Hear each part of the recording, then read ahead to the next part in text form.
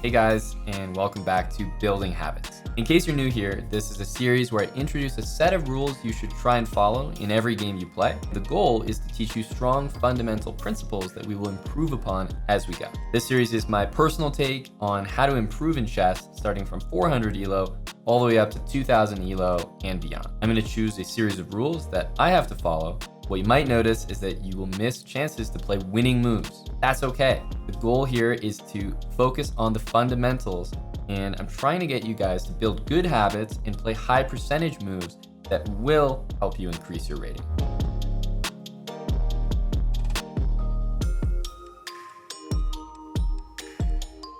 The more games you play in a certain session, the better the results get. When you start off, it can be a little rough, but what we did last time is I think out of the first 10 games of the entire series, maybe I was like losing 6, winning 4. But eventually we went on a good streak of like 6, 7 wins in a row. Okay, we play e4, e5, knight f3, of course. We're going to get our other knight out. You guys know where I'm going to put the bishop next turn. There's no surprises. No surprises. Okay, bishop there. What are we going to do? Anytime you see a bishop come out, you guys know the rules. h3 or a3 immediately. So we're going to do that. He's going to take. What are we going to do? We're going to take back right away. And we do not want to double our pawns or compromise them in any way, which is why we're going to take with the queen. Okay, g6. Well, you guys already know what we're going to do. We have to go bishop c4. This is exactly what we're going to do, regardless of this move. h3 we had to play after that. We're playing bishop c4. Now, Scholar's Mate will teach us that queen takes f7 is a nice little threat here. He's covered it. Knight h6. He's a genius. What are we going to do? Castle ASAP. Castle ASAP. After castling ASAP, we're going to play d3. This is pretty much what we want. Now, this is kind of a funny situation. So he's attacked me. Every time I've been attacked by a b-pawn, always gone back to b3. This is just something that over the amount of games I've played, you guys have noticed that whenever I get attacked with a bishop, always go back. Bishop b3. This is just what you do. Why? The bishop still attacks the center from there. So it's nice and safe. There's a trade on the board. Bishop takes h6. We're going to take that. We got to take all trades. We got to take all trades. And you know what's going to happen is that bishop and that queen that were threatening this pawn before. Well, guys, I think that even at the lowest level, everyone knows about Scholar's Mate. Let's go ahead and enjoy that pawn. We've earned that.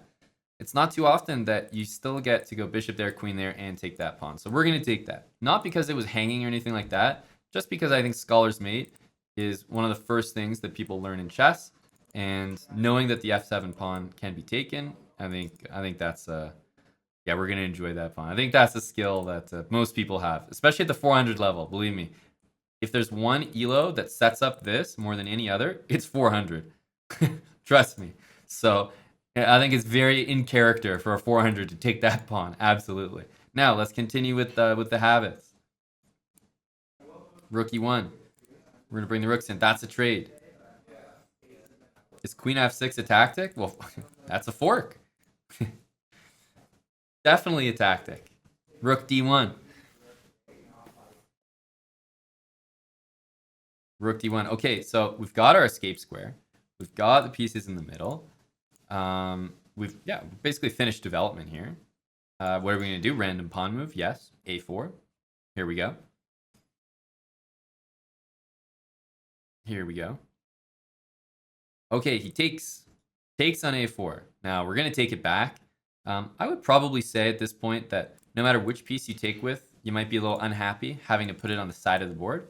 I would instinctively choose the bishop. Not sure why, but feels like the knight controlling the center squares is a little more valuable. The bishop only controls one square. Who knows how you might interpret that. He goes knight into d4. I'm going to do the same exact move. Usually when you run out of things to do, things that involve the center are always better moves than things that don't. Okay, he goes rook there to attack the pawn. Now, whether the pawn gets attacked or not, I think there's a lot of ways you could play this. b3 makes a lot of sense. c3 makes a lot of sense. These are all, again, just kind of random pawn moves. I'm going to go ahead and play b3. He plays knight takes b3. Well, I know when I played bishop here that I'm still controlling that square. My pawn and bishop are both attacking it. My bishop takes, still controls the center. This looks fine. And that's a free piece, so we have to take it anyway. Be Fresh, thanks to the 2 months. J Cone with 11 months. And 169 bits from Not. Thanks, man. Rook takes B3. Well, you guys know what I have to do here. Not difficult decisions. And he's going to resign. So there we go. He's going to resign. A big +9. Let's take that. A big +9. He could have taken C2. Sure, he could have. He could have gone... Well, I could have gone Queen F6 check. There's so many shoulda, woulda, couldas. No one's going to play a perfect game, you know, at 400 ELO. But the mistakes are going to happen. Like, don't ever play a game thinking your opponent's going to play perfectly. It's just not going to happen. We lost the game today. Oh, we've lost a few games today for sure. Okay, we won that game. Obviously nothing to learn. Obviously nothing to learn. And here we go. E4. What are we going to do? E5.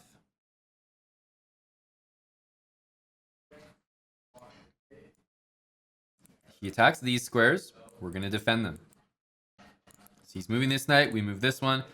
If he then moves this one, we're going to match it by going like that. So hopefully the knight tango, if you will, at the start of the game is something that makes some sense now. Bishop c5. An unsurprising setup. I've done it before. We're going to castle ASAP. d6 is going to be my next move. He goes there. Well, you guys know, I'm going to kick the bishop with that pawn. Bishop takes. Queen takes. We're not going to ruin the pawns. Something that you guys have probably noticed at this 400 to 500 ELO bracket that I'm playing in right now is I have almost never, ever seen somebody play this move and then after getting attacked, go here. Never. And if anyone in the chat is higher than 500, you could maybe appreciate that bishop takes f6 is not a good move. Not a good move. You do not want to just develop your bishop and just give it away right away. You want to go here and keep the pressure. But keeping the pressure, keeping the tension is a really difficult thing to do when you're starting out in chess. All you're seeing is like, oh, I can take something. That's good. Like, taking stuff is good. I'm getting his stuff. It's not a good move. It's not a terrible move. It's a fair trade, but it's not a good move. So it's just something that as you progress higher and higher, you will start to pin things and realize, hey, if I put my bishop here, he can't move his knight. And if he goes here, I'll go back because he still can't move his knight. But what everyone's doing is they're just giving me the piece. Gives me a really good position. So that's why you'll notice that is not something that I'm recommending. Whenever I develop my bishop, I usually put it here or here, and the other bishop usually goes here or here. So I'm not participating in any of this nonsense about bishops out there. Because whether you guys believe me or not, that's actually the reason that I often end up with the bishop pair in low elo. It's just because I don't put my bishops out there and just trade them off right away. I keep them on more reserved squares, and hey, I've been punished. I lose a piece more than anyone to this fork, but I think it has more benefits than not. Okay, so he castled this way. Now, I just play bishop here because I'm still completing my development. He goes knight here. Again, a6 is sort of the move we want to play, but we never really have to play it right away. He's attacking this pawn. I think it's very reasonable that we might not notice that. Rooks to the middle, usually what we do. Let's say we fall into a trap here. This rook is always what I do first, and this rook would follow. Unfortunately, it's going to walk into something here, but I think it's completely reasonable that I would still do this move. This is what I've been doing the whole time. Okay, he goes d4. d4, again, whenever this move is not supported by a pawn, let's just say I usually take it with a knight. So I'm going to go do that again. Knight takes. Okay, now he takes here. Wow, that was a deep move. Okay, so we're going to start by taking this. Why? It's a knight. It's a capture. It's a capture. H2 pawn is hanging, you have to take? Not quite. If you read the rules, you will see there's an exact explanation as to why that's not the case, but long story short, pawns are not pieces. Okay, so I took here. He should take back. He might be considering a number of other moves at his disposal.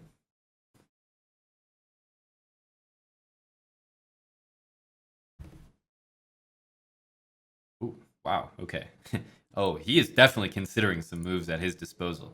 So the main thing that I would say here is like, generally, if you take something and you know your opponent can take it back and they just do not take it, I think it's been our practice so far to just bring the piece back to the safe square. So we're gonna go knight back to d4. We're still gonna lose some material here if he takes it. And remember, guys, when you're watching, it's not what would a 400 do here, or hey, that's not what a 400 would do.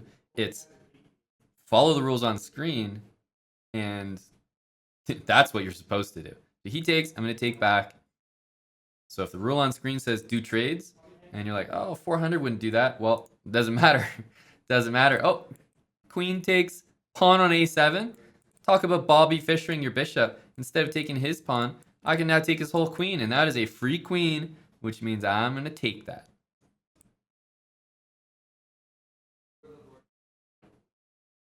Bishop takes a7. Bishop b5. He is giving me free pieces after free pieces. You might say, oh, this is cheating. You're just taking all this stuff. 400 ELO wouldn't do that. But that's exactly what we're focusing on with this series. You want to build those fundamentals. Anytime there is literally a free piece, the only reason he's playing this move is because he does not notice that my knight, if I click on it, he doesn't notice all the squares it can move to. There's no way he would play this move if he knew I could take it. I mean, unless he's trying to lose, but most people aren't trying to lose. There's no way he would take this if he knew my bishop could take it. And the theme so far in this game is backwards. Why is he losing a piece here? Backwards bishop move. Why is he losing a bishop here? Backwards knight move. So it's the backwards moves which are harder to see. But again, it's our focus here to try to take. Let's put the knight back in the center. It's our focus here to try and take every free piece that's offered and to try not to give up any free pieces ourselves.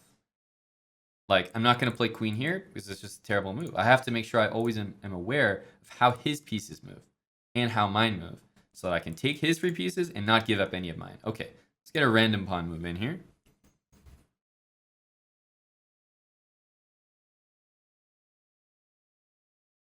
That's true, Red Bunny Bun. I barely got to the random pawn move segment of the game. Okay, pawn move in the center. Always appropriate. Hey, he's attacking my knight. Generally speaking, when something's attacked, we always move it back. And when my piece gets attacked, how many times have you seen me play this? Pretty much every time. I'm not going to play this. It's a tactic, and it's sort of offside. I would play this move because it keeps control of those center squares. Now he plays this, and I'm probably like, damn, I just looked at this. How are my pieces getting forked again? So I'm going to take it. That's what I did last time. He might take back, and think again it would be sort of reasonable. I'm going to play e4, just a pawn push in the center. Maybe I'll put my knight in the center. Bishop's still covering the center. Queen's covering the center. Rook's covering the center. See how all my pieces are actually controlling the center. It might not look like it, but they are. I'm going to get my knight in, and pretty soon I am going to take this pawn. I don't usually take free pawns right away, but I will take it eventually. But knight in the center, I'm going to start with that. Queen takes f2. Very reasonable move. Okay, he goes back. Now, from here, I think e3, knight d3, all pretty good moves. I think rook here makes total sense as well. Knight d3 looks like a good move, but rook there, I mean, we've done our business in the center. Not everything in chess is going to revolve around these for the entire game, but I think for the most part it will. So he goes king there. Who knows what I'm going to do? Play another move that sort of keeps in touch with the center squares. He guarded this pawn, and this is kind of a long way away. It's not the easiest move to see. Not the easiest move to see. Isn't a tactic more than 2 moves? Definitely not. It can be 1 move tactic for sure.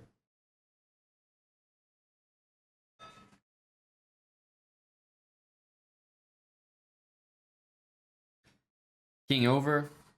Who knows what I'm going to come up with here? Let's go for a check. It is supported by this pawn. Okay, he takes me. I am going to take it.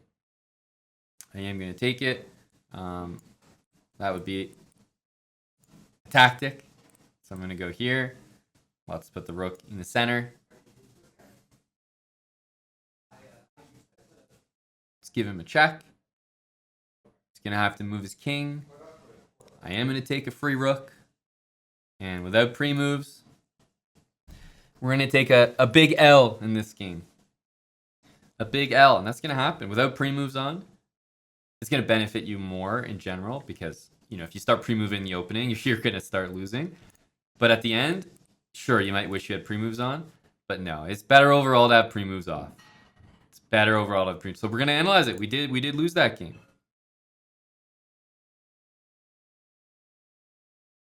We did lose that game. Yeah, almost had him, yeah. So what is it going to be? Oh, 69. Well, that was a perfect game in my books. Yeah, our opponent had 16% accuracy, so I think we're doing well. Nice. You see, our accuracies are really never under like 50 or something. I think it's just a good thing going forward. Our opening was pretty good here. Yeah, this move wasn't great. D4. Yeah, so this was really off base by him. This and this, not great moves. And then finishing off the winning games, those are always tough. Those are always tough.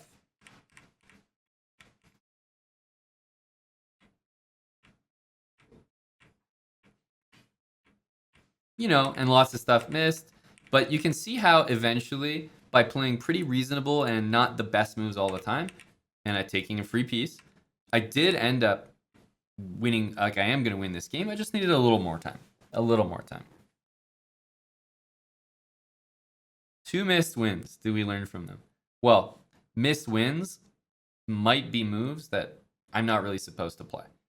So, of course, you are going to have missed wins that maybe it's a tactic. I'm sure a tactic is going to be a missed win. But we're not playing with tactics right now. That's not the focus. Build up the fundamentals. Trust me, at a slightly higher ELO than this, tactics will be included. Tactics will be included. But when you're just starting off in chess, you're a total beginner, you don't need to learn what tactics are. More important that you know how to play around the center, and you might play some tactics by accident, but you don't need them when you're starting out. All right, let's go for another game. 5 minutes, all of them 5 minutes. You didn't learn anything, Zoomer Cooker? Oh, that's unfortunate. That's unfortunate. Zoomer Cooker,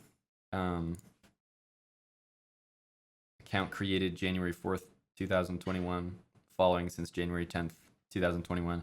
I actually came up with this series for you. I wanted you to learn something. So the fact that you're not learning anything is making me question the entire series. Now, bishop c4. What did we say? We learned knight f6. Knight f6 runs into this move. And we've actually lost a nasty game to that. So do you guys remember what we said we were going to do to avoid that? Does anyone remember? This is actually the first test of applying something that we learned. The first test. So he goes here. You don't remember? Sag. It was bishop c5. Knight f6 is what we would normally play.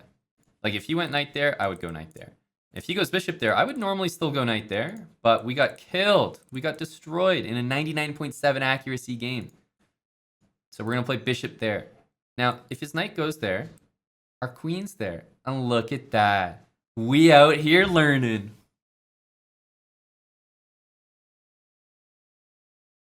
Take free pieces. Beautiful. Look at that. And it worked. We actually learned something. We applied it in the game. And we took a free knight as a result. Outplayed. Completely outplayed. And that's what we're going to do from now on. Because now we're like, oh, dude, I went here. And I got a free knight out of that. I'm going to be going here all the time. I'm going to be going here all the time. This is fantastic. Now, if I'm following my rules, I'm going to go knight f6 here. I'm going to go knight f6. And then I'm going to go, well, I guess I'm going to castle. I'm going to go for the quick castle. And then we're going to go d6. And then after d4, I'm going to take with the knight. We've done this 10 times before. These rules are awesome. Perfect. I'm completely destroying this guy. I got a central pawn knight there. We're going to go for trades. It's, well,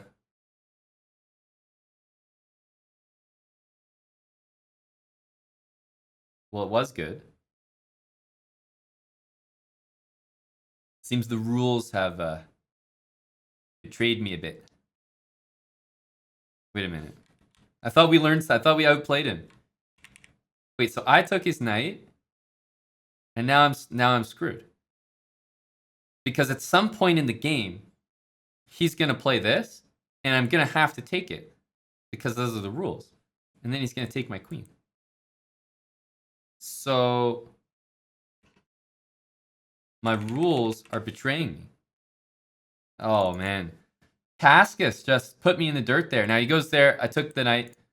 I got to move my knight back. You know, this is not the best, but again, this controls the most central square, so it makes the most sense to do. Makes the most sense to do. We're going to take here. Don't hang free pieces. Yes, but that was a tactic. That was a tactic. Oh, I'm sorry. Were you guys talking some mad ish about my rules? Uh-huh. Uh-huh. Uh-huh.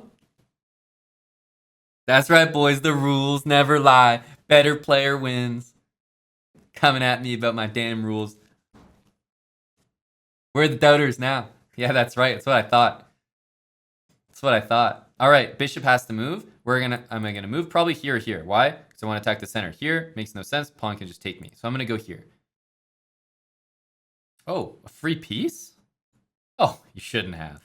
Oh, you shouldn't have. Getting attacked. We're gonna go back here. This is the square we know is safe. Controls the center.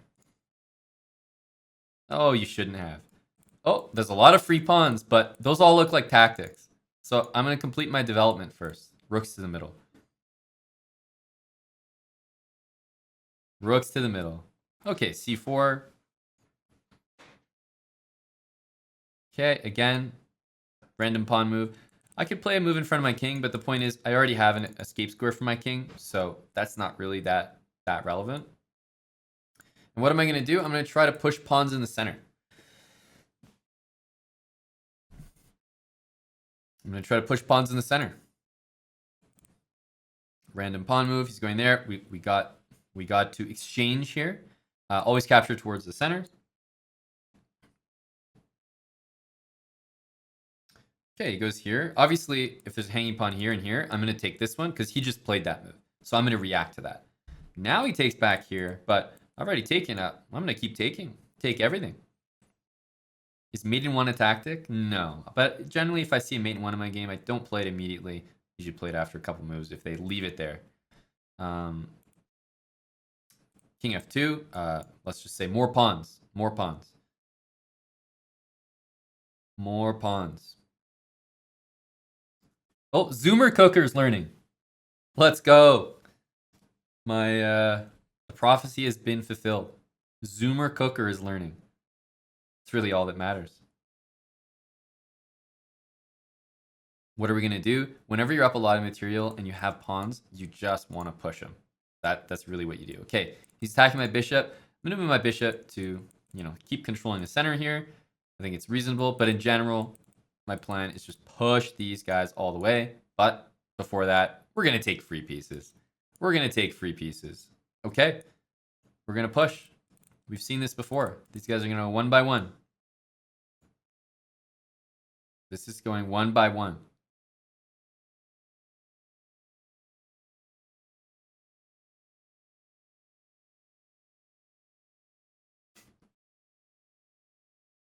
The fried egg roll says, I feel like this is good, even for beginners. I love this series. Wait a minute. This is for beginners. I hope it's good for beginners. I'm not talking to the 2000s, that's for sure. Okay, let's get a knight check. And obviously, we're going to want to use our queen here. We're going to want to use our queen. Because we just got it. I mean, it's a brand new spanking queen. And that's a hanging piece. That's free. And that's ours. And that's a win. And that's a win. Was that a tactic? Well, that's not a fork. That rook was defended. That's just a check. No tactics there.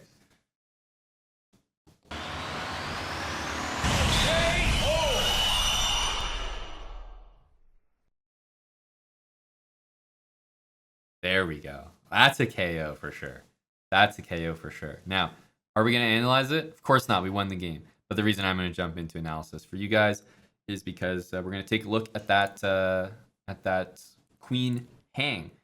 And I'm going to explain to you why I think we followed the rules perfectly. Yes, we lost our queen, but that was a tactic.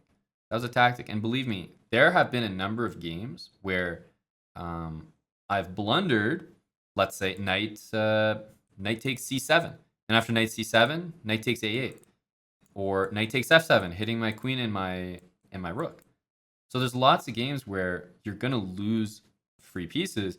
But when I mean hang something, it's like, don't put your piece on a square where your opponent can simply take it. So if you guys remember the last game, remember when the guy played queen takes a7 and I played bishop takes, backwards bishop move? That's him hanging a queen. He's voluntarily putting it on a square that I'm currently defending. Now, the reason that wasn't true in this game is because when I put my queen here, it's completely safe.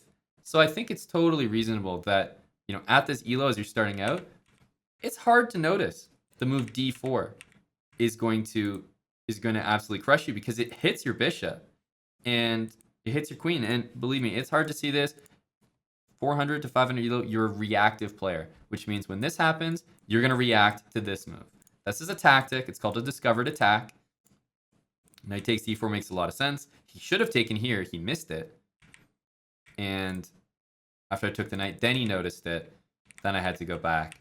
But he blundered the game right back. What was our report? 54% accuracy against 40. It wasn't the best game by both of us. A lot of double question mark moves in this one.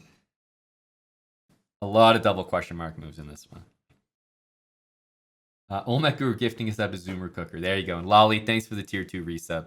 Appreciate that, Lolly. Holy moly. Good to have you here. A wild game, yeah. And you came out on top. There we go. That's what matters. What type of match do I recommend for beginners? Rapid, Blitz, or Bullet? Rapid's a great place to start. And then Blitz, if it's longer time control Blitz, is also fine too. Bullet's a little too much at the beginning. But Rapid's a great place to start.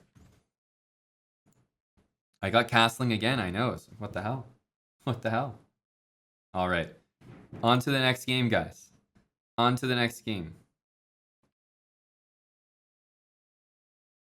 right. E4, you guys know the drill. D5, that's a capture. We take that. And the knights come out. Now, if I'm bringing the knights out, maybe it doesn't really matter about which one. But in general, like I'll bring the knight out, which attacks the queen. Makes sense. Check. Okay. Check. Now, moving the queen this early is something I'm not really going to do. I think moving the knight or the bishop here make complete sense. The reason I'm going to use the bishop is because I know that I want my knight on that square. That's what I know for sure. The knights belong on these squares, and my knights have been on those two squares in every single game I've played on this account so far. I'm pretty sure. So, queen g5. Now, the guy's attacking my pawn. I think it's completely possible that we don't notice this. Go knight f3. Because queen takes g2, I mean, we're hanging a pawn, but generally speaking, for me to play the move bishop f3 or king f1 or g3, none of those moves are really moves I've ever played before. Okay, it's hitting my rook. I can't lose a piece for free. I simply have to go here. I have to. Queen takes h2. Guys, listen. I'm not changing the rules as we go, but I'll take that free queen. Yes, I will. Okay, it goes there. I mean, I think it's at this point we just want to play our central moves. Okay, he's really hanging a lot of pawns here. Now that our bishop is getting developed, we're attacking that pawn twice. That's a safe one to take. f6, we're going to bring our bishop back and again control the center square. Going to bring our queen up. Probably castling makes the most sense, but I'd also point out that we have never been in a position so far where we have had to castle queenside. We've never done that in any of our games so far. Oops.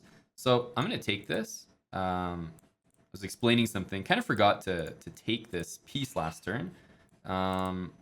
Bishop takes. Queen is obviously the threat. We don't want to blunder that. Queen d3. It's a nice central move. Bishop h5 is hanging with check, but again, pawns are not pieces. So not every hanging pawn has to be taken. Hey, if you see this, that's a bonus. Pawn goes here. At this point, I would give real consideration to long castling. Now, it's the first time we've ever done this move. You know, I'm feeling like a boss just playing that. Just playing that. Knight c6. Okay. This knight is not doing anything. I don't think it's insane to bring it back into controlling the center. It's exactly where it wants to be. Exactly where it wants to be. This rook probably wants to go here. There we go.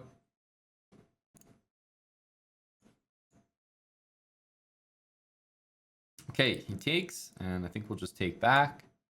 Bishop now controls the center as opposed to where it was sitting on e2. The rooks are in the middle. A5. It's time for a random pawn move anyway. How about we just meet you halfway there, bud? Okay, he's going h4. Now, generally speaking, I'm not too sure what he's up to. I'm going to play bishop takes knight. Hey, that's a trade. That's a trade. And how about pawn push in the center? Bishop takes c6. Yep. Always play king b2 or king b1 isn't a habit yet. Well, king b1 is a great move, but I don't think it's really possible at this ELO to know that when you castle, you should chuck the king over one more square. It's kind of a lot to ask. So we'll say no. We'll say no. h3. Okay, he's pushing the pawn. I mean, I'm a little bit concerned about this, but to be honest, there's a lot going on in the center, and you notice my opponent has not castled yet. He should really be getting crushed soon. So things are hanging in the middle of the board here. Which one are we going to take with? Well, we just moved our knight to d5. I mean, we are hitting this. We've got all the firepower in the world, but queen e4, queen centralized, leading with the queen at this point. Oh, he's checked me. I think it'd probably take me about like a minute to realize I couldn't checkmate him here. I think this is very tricky. He goes here, it's actually check. I think this could easily KO about like 40 seconds off my clock. I would be trying to play this for a good while. Yeah, chess.com bugged. Absolutely. I'm sure I would think that.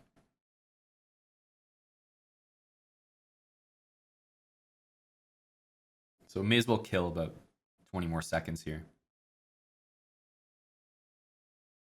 Yeah. It's like, I do this, chess.com's like, no. And I'm like, oh, okay, fine. You want me to take your pawn? Chess.com's like, no. Like, what?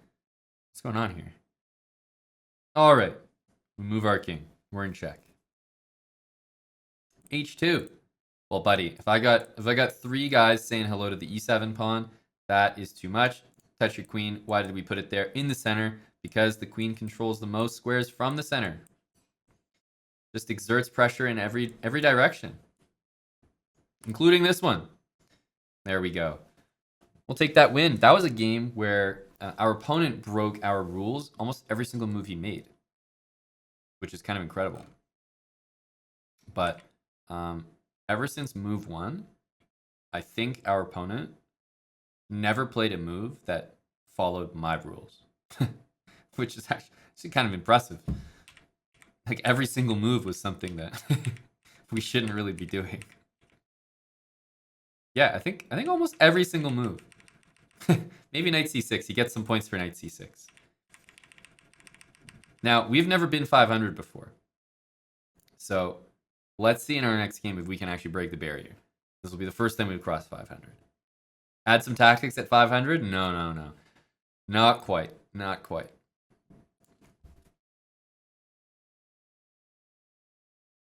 All right. Let's see. He goes here. e5. This knight, which one do we use? We don't use the same knight. We always use the opposite one. So that the squares he's controlling, I also control. That's important. f4. Have I ever seen this move before? Hell no. I'm going to take that, though. And man, he has got some moves. You know why? We're obviously going to take it. And now he's made a move where if I touch my knight and I see where can I go, 1, 2, 3, and 4 squares are not possible. They're not possible. So I have to play this move. And already I might be like, what the heck is this opening? Like, I've never seen it. I have to play this or else I'm losing a piece. This is crazy. Okay, we got to keep following the rules here. May as well get the other knight out.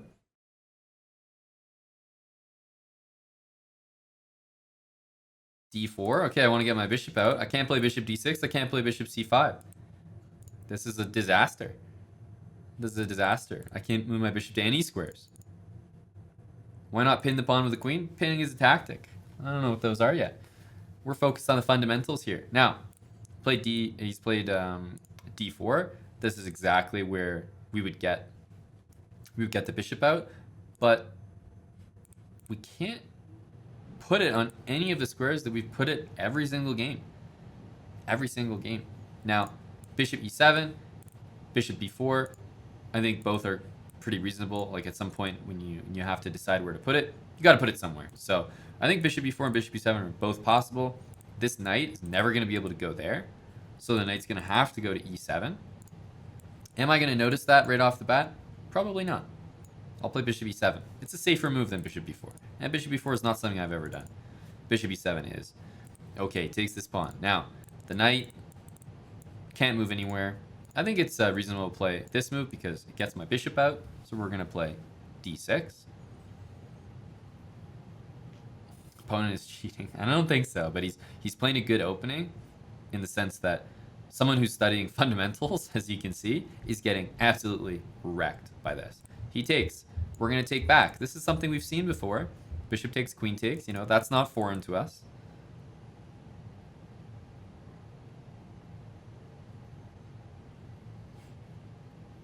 So bishop takes, queen takes is coming up. Okay, he's giving us a check. He's giving us a check. I think this is a tough check to meet. Number one, am I really going to go back with the bishop? I don't think so. I've already played my bishop twice.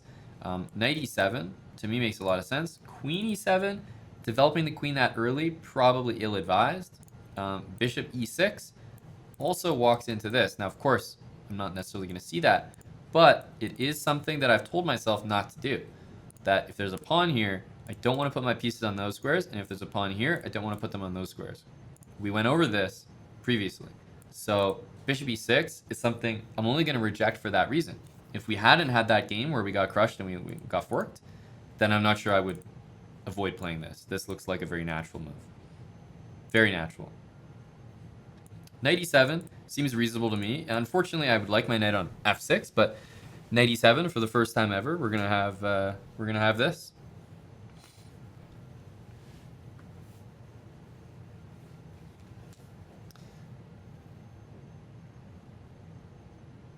Let's see what's going to happen here. He goes queen e3. This is a trade, so I'm going to do a trade. And let's get my bishop out. I think I'm going to choose this square. Choosing this square now, as opposed to not choosing it before, feels like a little bit too much. So I'm going to choose this square. It's defended by my knight. And it is attacking the one of the center squares.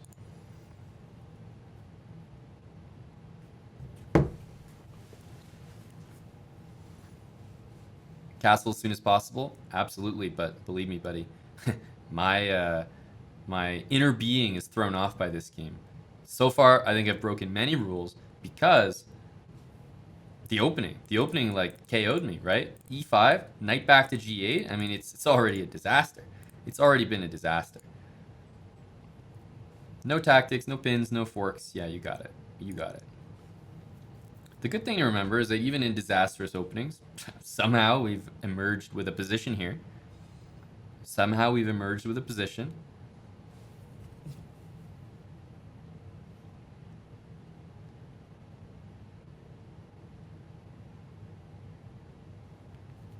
That's a capture.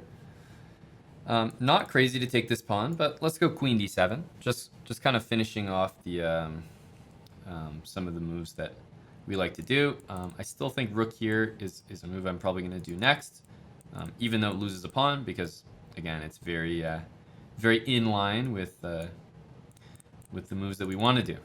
So rook e8, not a good move, of course. It's going to happen. He's going to take with check. We're going to move away.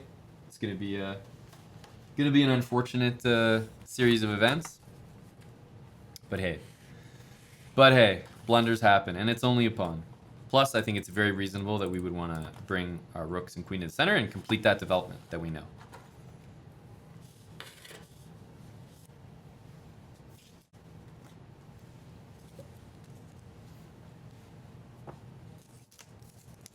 Okay.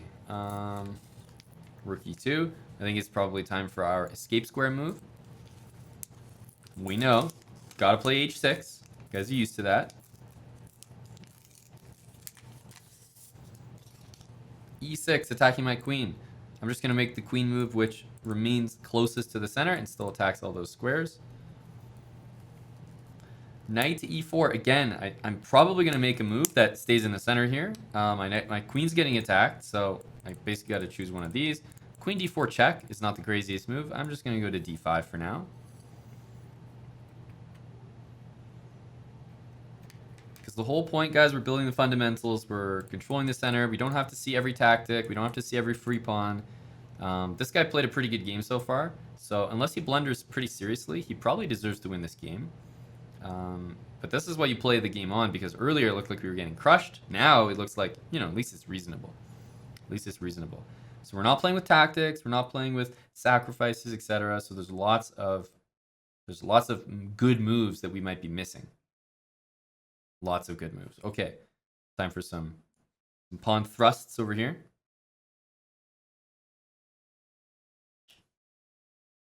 If you let him win, we'll never get to the tactics. Well, that's not true. Remember, it's not like we get to a certain ELO and then tactics unlock. The point is, I'm going to play between like 50 and 100 games at this ELO, and we'll see what we get to. Let's bring our knight to control some center squares. And then no matter what, we're going to introduce the next step. Okay, and again, we've seen this. He's threatening mate in 1. He's actually threatening it on a square that was threatened earlier in the series, if you guys remember. So I'm actually going to defend this mate in 1 with the rook.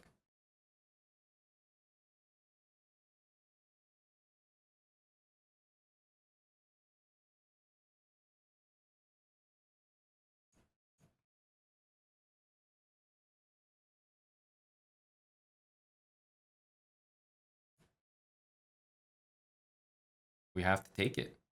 It's free. We have to take it.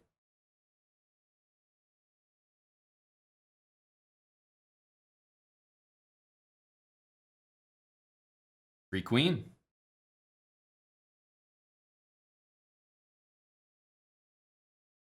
Rook to e2. Let's go rook to e8. Knight back. Queen is being attacked. I think queen in the center is very reasonable.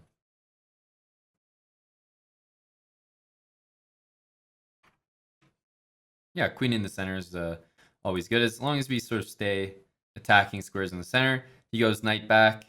Strong move. Who knows what we do here? Knight d4. It's a move in the center. Okay, let's take it. And it looks like Buddy is going to get the win. Pretty deserved, too. We kind of got destroyed in the opening.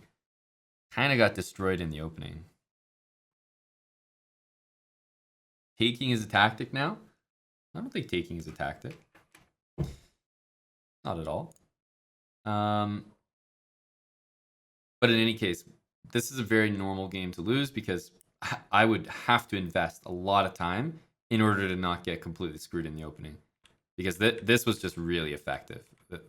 This opening from him was like, oof, crushing. It is. I ordered some sushi as well. The last time I did this, I ended up streaming for a while, and I didn't eat the whole time.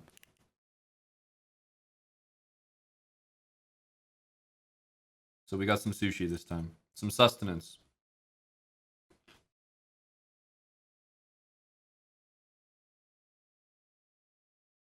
You were finally winning until the clock ran out. Well, thanks, bud. That's exactly how it felt.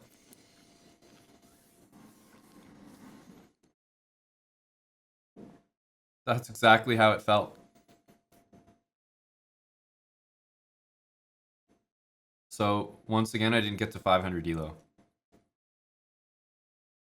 This is rough, guys. Just a guy with a dream trying to get to 500.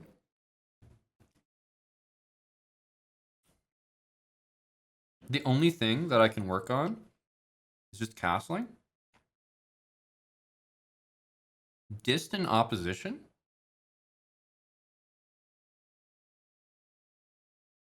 What?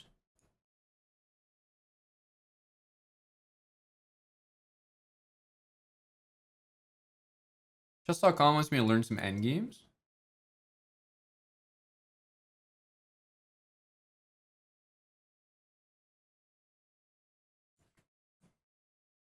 White has distant opposition the whole game. Is that what he's trying to say? What's going on here? How am I getting distant opposition? We didn't even play an endgame. We literally did. Oh, so I castle and he follows me. He's got the distant opposition again. What's going on here? This is brutal. Oh my god. And then King H1 at the end of the game. He's got the opposition again. Wow. Holy smokes. Buddy over here really maintained the distant opposition even to the end of the game. Holy smokes. No, this guy really knows what he's doing for sure. Very impressive. It wasn't for that last move in the game. I don't know if I would have got distant opposition. I wouldn't have got that from chess.com as a personalized training. Yeah, no, this guy's serious, but he really put us in the ground with this opening here.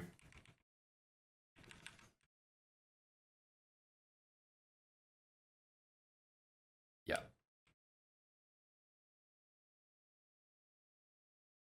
Yeah, this is rough. Like our moves were not too bad, but it is a little rough. But even in that game, you know, I think he went pretty okay. I think he went pretty okay, all things considered. All things considered. All right. Let's get back. Let's get back. Here we go. We gotta get over 500. Let's see. All right. E4.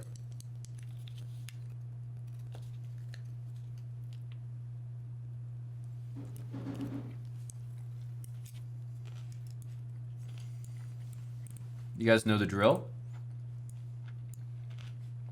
He uses this knight. We use this one. Knight there. Okay. I think this is reasonable, but let's bring our bishop out. Because you know what we learned and committed to memory. If he goes here, castling's okay. Okay, now it's been a move. Let's kick that knight out with h3.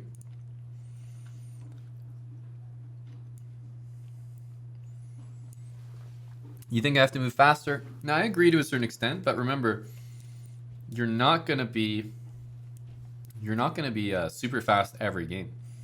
So, I think I'm sort of playing at a speed that represents what you might be playing at when you start. Especially because people are going to use a lot of time to make the decisions that I'm making relatively quickly. So I'm sort of trying to account for that. Okay, that's the capture. We're going to take it. We're going to go here. Again, d4 would be a better move, but so far we've been keeping things pretty consistent. Let's go bishop, rook. Okay. Now he's going like really on this side of the board.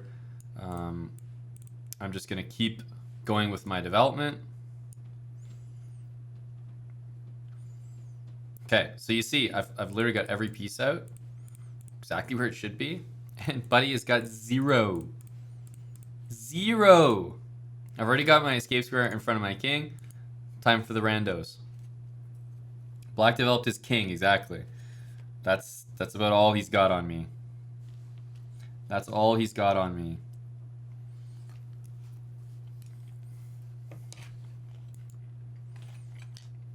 Okay, a few random pawn moves. Now, that's a capture. What piece am I going to take with? My knight, of course. After the pawn takes back, it's going to fork my pieces. But you know why I'm not going to see that? Because there's no pawn on d5. So this is going to be very surprising to me. It's like, oh, god damn it, I'm so bad at chess. This happened again.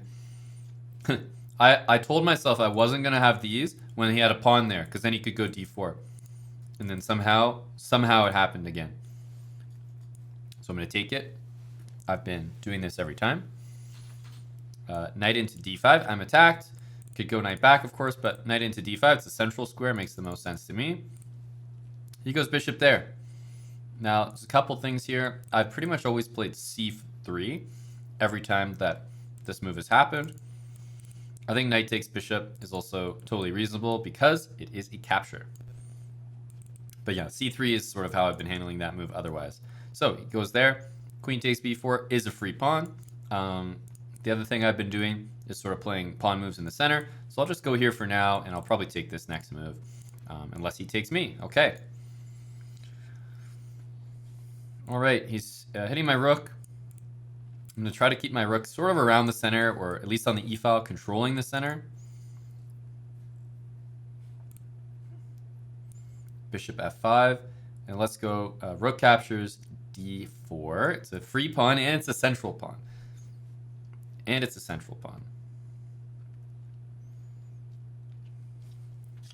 He goes g4. You guys know I'm going to have to take that.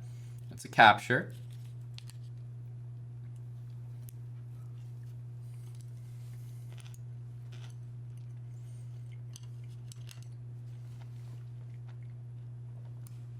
Okay, he's attacking my rook, and I think rook e1, attacking the center again, makes a lot of sense.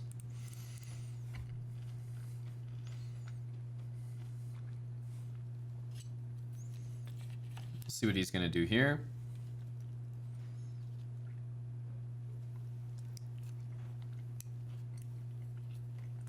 Just having some sushi. Okay. I said I was going to take this pawn. I think now is time.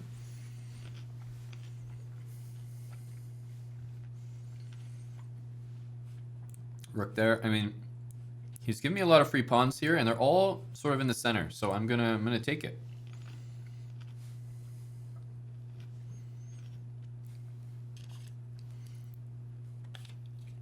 Forks are a tactic. Eat with hands instead. No, guys. A fork is a tactic. We can't use tactics, but I know that. That's why I ordered sushi today. Chopsticks. No forks. Queen there. I mean, I don't think it's crazy, but taking pawn after pawn makes a lot of sense. Every pawn is hanging. Every pawn is hanging. Now he goes here. I'm probably going to try to take this for a good number of moves.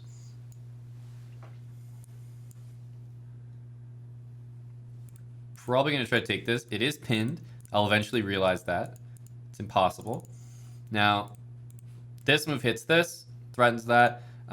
Miraculously, don't have a check here. I don't even have this. But I think the most natural move is g3.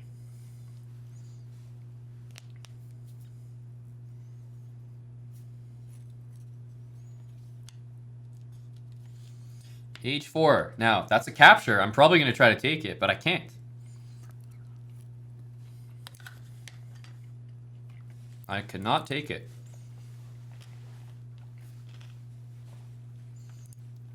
What can we do instead? We're going to have to make some threats. I don't know. I mean, he almost doesn't have any pawns left, which is pretty incredible. Let's make a rook move in the center.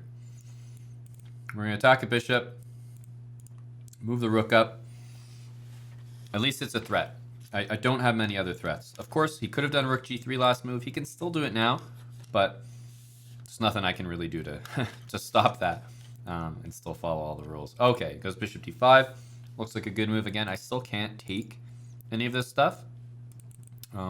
I could attack this guy again. Some sort of like rook d6 or queen d4. Make a lot of sense. Queen in the center of the board. Let's play this move.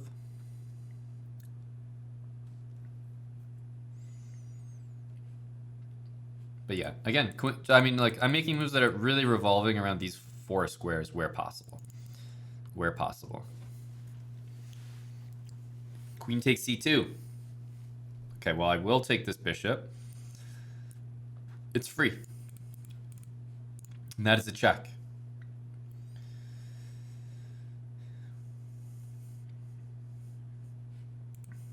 Okay, he goes there.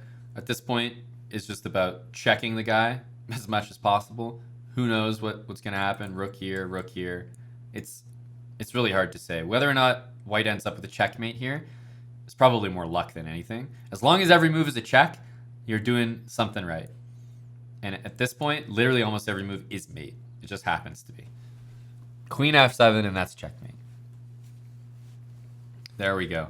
That's a game where, you know, it does come out of nowhere. We were getting killed that game. He had a lot of KOs for us, by the way. He had rook takes g3 many moves. Many moves.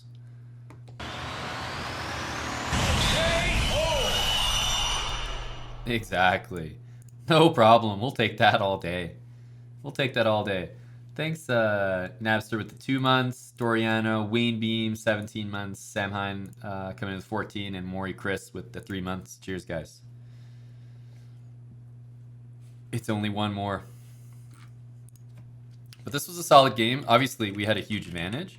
And this is the type of game, if your opponent is only moving pawns, literally, then I would instinctively like tell you guys, hey, you should play d4, open the position up, and take advantage of that. But, you know, we're going to follow the principles for now, the very, very basic ones we're starting out with. But in general, a guy moving only pawns should be losing that game for sure.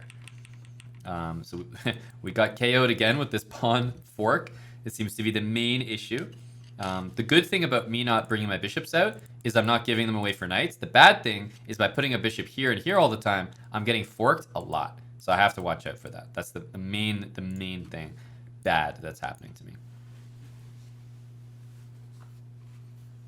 All right, e4. We're going to start the same way. We're on a roll now. Let's see if we can get to 500. d5, we've seen that opening before.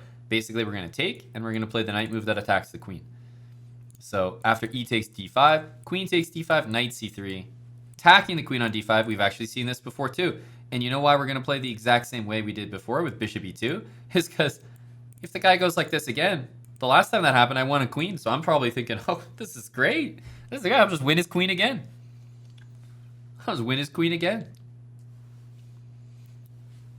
Okay, we're going to play knight f3, attack the queen on e5. This looks fine. And, you know, we're going to play castle. We're going to get that pawn right into the middle of the board. Okay, castle ASAP. And this bishop can still reach the square that I've been putting it on every single game, so I might end up doing that later. Pawn still wants to go to middle. We always want to, if we can, have a pawn occupy the center. That's important. Goes knight there. That's a capture. We're going to take that immediately. Now I think rook e1 makes a lot of sense.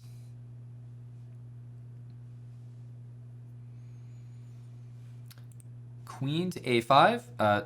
Don't know exactly what he's threatening. I'm just going to go ahead and continue my development. I'm going to make a move that attacks the central square.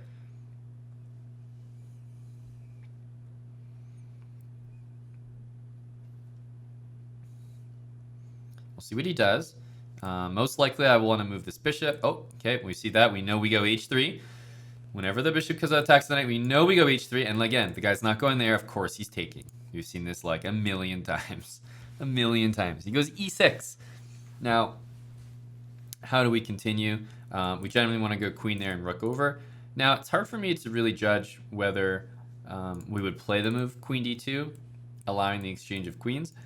I'm inclined to say that maybe in this position, if you saw that this was going to happen, you might choose to play queen e2. So I think queen e2 makes a little bit more sense than queen d2, but it's kind of a toss-up because queen d2 is a fine move, takes. But generally, I think if you saw that the queen was attacking this square, you probably would want to avoid it. So I'm going to choose this. But the idea is that you just want to move your queen up one square and get the rook over. So that's all we're going to do. Going to move the queen up and bring the rook over. But queen d2 would not be a bad move. So if anyone would play queen d2 instead, completely reasonable. Completely reasonable. Okay, bishop there. Now we talked about if there was a knight there, I would always play a3, of course. There's no knight there. If the guy ever does this, what we did last time we saw it was we played c3. And this is every time. If anyone goes bishop there, you can pretty much always play c3, as long as you don't have a knight on the c3 square, obviously. But I go here, and the guy goes all the way back. I mean, we're definitely going to be happy. I'll bring my rook over now. Bishop f8 definitely can't be it.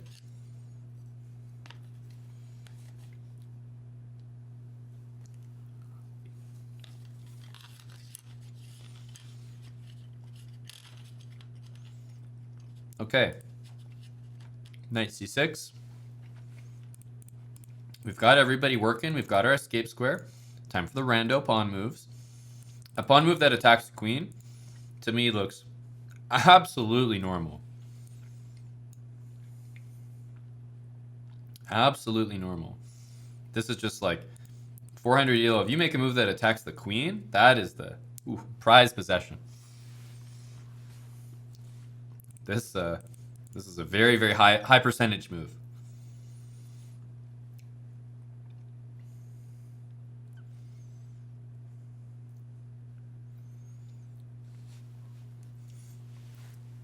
Okay, he decides to go all the way back.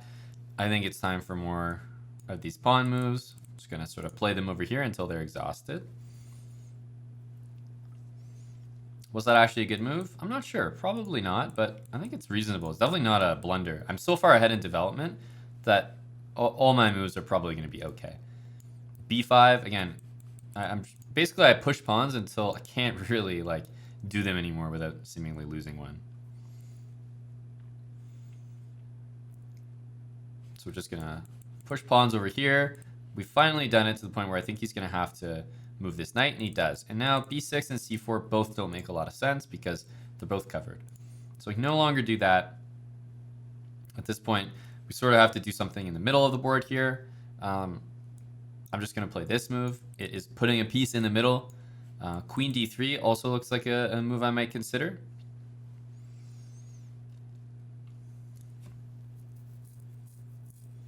Remember, there's probably things being missed left and right. I'm sure there are a lot of good tactics for white that are not being played. And black also has a few moves that he could do to improve.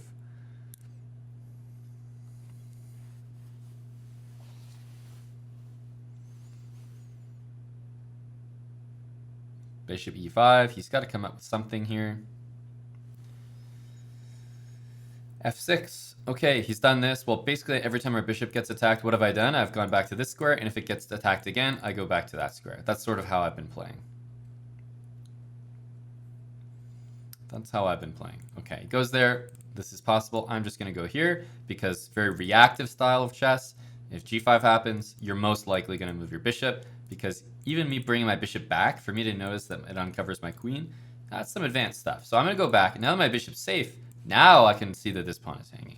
So this pawn is something I want to take, but unfortunately he's played bishop there. That's going to be a trade first. That's going to be a trade first, but I know that I can always take this. So taking first would have been stronger, but always got to go for those trades. Bishop takes d6. Now queen takes e6. And obviously if he takes my queen, I got to take back. Okay, there's a hanging pawn in the middle of the board. Take with the bishop, defends the rook. I think it's completely reasonable, but the idea is that your rook's attacked, so you generally start grabbing your rook here as like, where can I put my rook? That makes a lot of sense. So I'm going to move the rook back because I think that's a bit more normal, but I'm going to take this next move if he doesn't do anything about it. That's a hanging pawn. Well, that's a trade. Excuse me, trades take priority. Bishop takes d5. That's a pawn. And for the first time, we've actually gotten to a point where we're about to reach an endgame. And we haven't gotten a lot of endgames. This pawn's not hanging, so I'm just going to give it check, check, and then trade pieces. Very, very logical. And what happens when you get to an endgame, guys, is we always want to activate the king. It's written right on the screen, actually. You want to activate the king in the endgame and try to attack his pawns where possible. So we're going to go king f1. And we're probably just going to go like this, like just king only. You guys have seen me play a few endgames, but at the lower elos, people just forget to use their king. They forget to use their king as an attacking piece.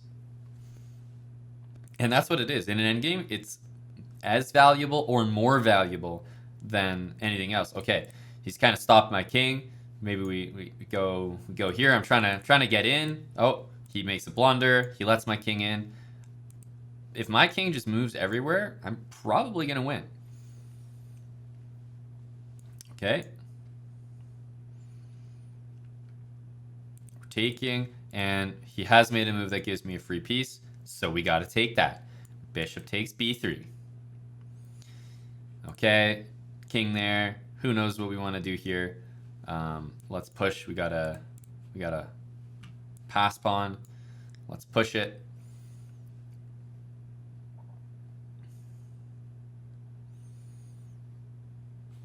Okay, well, a capture. We're gonna we're going to do. Always capturing towards the center. We're going to push our pass pawn. Going to make a queen. And now it's all about a checkmate. Queen d4, central square. Queen d5, central square. You know what? I'll choose d5. Just looks like a great central square choice. That's a checkmate. There we go. We're finally 500.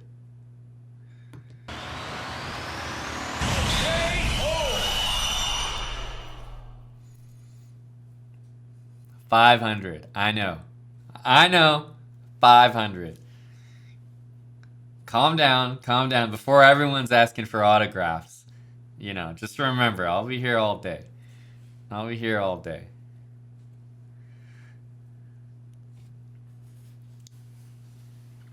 We're in the big leagues now. But if we lose the next game, it might be 400 again. So fundamentals to 500. We're up 100 ELO so far. Let's see what else we can get. We got another game. Oh, by the way, I thought his name was Nipple, but it's Nippe. Sorry, bud. D4, D5. Bishop F4. Well, we know we start with the knights. It's generally what we want to do.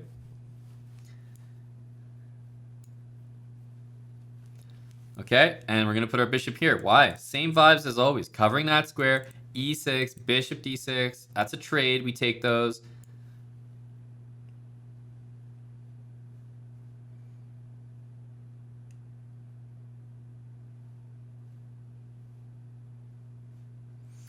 Okay, we're going to play bishop to D6. And all of the moves that I've been playing, they really are the same moves every time. When the guy plays D4, I always play this way. Play D5 and do all this. Whenever it's E4, E5, the positions look the exact same. So hopefully you guys are really internalizing the setups that I'm going for, and they have been the exact same every single game. They really have. Yeah, we got to get this VBKN guy in sub battles. I think he could be an asset. So the idea basically is that after you play 100 games with these rules, you guys have probably already noticed it, but in case you haven't noticed it, tactics are going to be a huge step up. As soon as we learn the basic tactics, which are going to be added in the next level, pin, fork, skewer, discovered attack. Like once we learn some of these basic type of tactics, you can see that a whole world opens up in your chess. Like all this stuff that we're doing right now, this is with no tactics. This is baseline. But the reason I think it's good to learn chess this way is right now I have a pretty good idea of like how to place pieces on reasonably good squares all the time. And I think once you have that, then what you're going to notice is that your games that you're playing are going to have opportunities for lots of tactical shots, because tactics are not going to exist in positions where your pieces are on bad squares. So number one, learn to put your pieces on good squares. Number two, introduce tactics. The tactics are going to work, or you're going to see a lot of tactics because your pieces are placed well. If you start the game trying to learn tactics, you're going to put all your pieces on bad squares, like trying to go here for like a checkmate in one tactic. But knight g4 is just a bad fundamental move here. So you start with the fundamentals. Yes, you guys can laugh at me. I'm going to be missing tons of tactics while we're playing with these rules. But eventually, we're going to add tactics, and I'm going to become a very well-rounded player. At least that's the idea. That's a capture in the center, so I am going to take it. Okay, takes back. Now, when I had my two pieces here and here, I was watching for d5 and d4. Am I going to notice the same thing with e5? Probably not. Rook e8. Oh, let's go rook d8. Nice thing about rook d8, threatens a pawn in the middle. So because I'm threatening something, he's like, oh, damn. You know, I got to defend this. Knight e2 up in this, you know? Knight e2. Blundering a pawn. Oh, damn. He saw it. He saw the tactic. Dude unlocked tactics earlier than I did. He's at 440 and he knows what a tactic is. Damn it. Well, rip me. Rip me. I'm gonna bring my queen back, but I'm gonna learn from that. You know why? Because I've been forked on d5 and now I've been forked on e5. I'm gonna have to start learning that 2 pieces on those 2 squares get forked all the time. All the time. Hey, my face with no spaghetti. Thanks for the, is that 13 months? Yup. Thanks for the reset, man. That was his random pawn move? Well, damn, he got lucky then.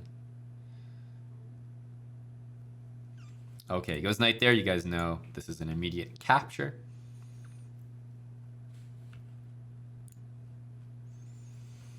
Immediate capture.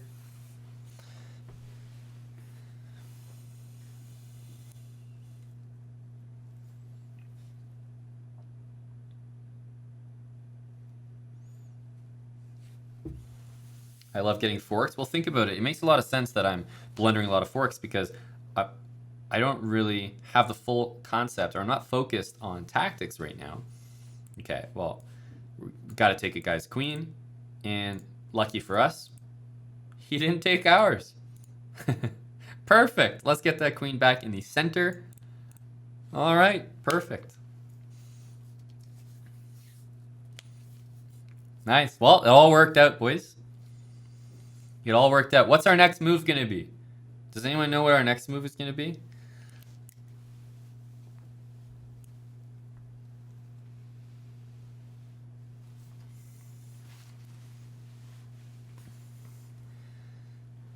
Escape square. That's correct. H6. A5 is going to come next. Don't worry.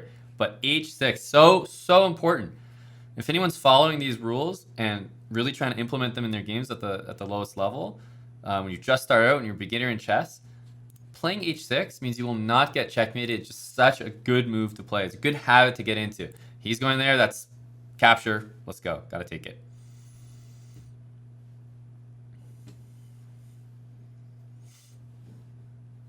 Hey, that's a great point. That's a great point, Slanius. If we remember, after I took the queen, our opponent pre-moved rook takes queen. But we don't have pre-moves on. That wouldn't have happened to us. Easy. Alright, he goes knight d5. Our queen's being hit. Our queen's being hit. We got to move our queen. Generally speaking, I would say pick the most central square. It looks like that's the most central square.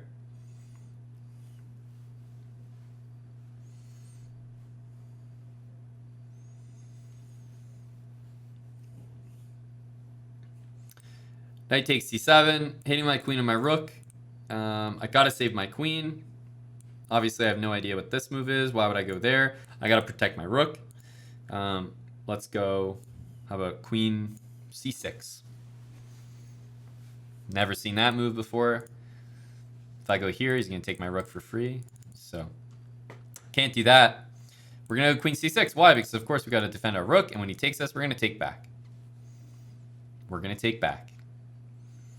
So now we've got 2 rooks versus the queen, and if you're like me and you're a 400 ELO player, you're probably thinking the game's completely winning.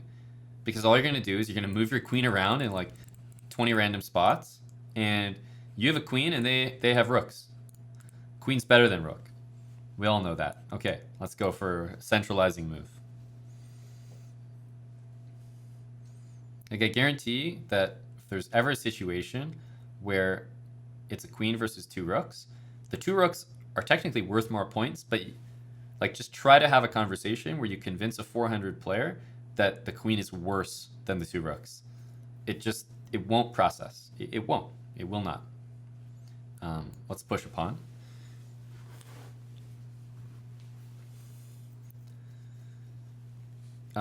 Okay, it's a check. We're gonna move our king. Wasn't protecting the rook a tactic there, though? By me or him? I mean, after knight there, the other very common move would be queen e7, so either one defends. Okay, that's a free pawn in the middle of the board. We gotta take it. We gotta take it. Free pawn in the middle. Let's check some pawns.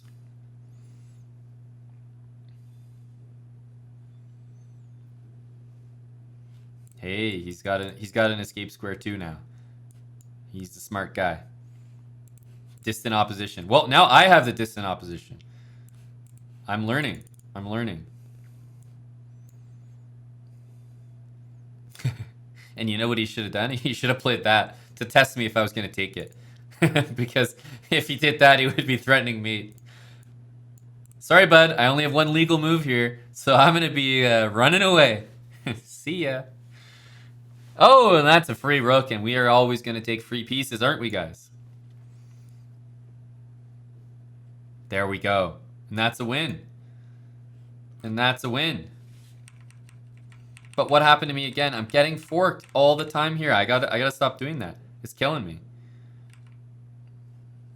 It's killing me.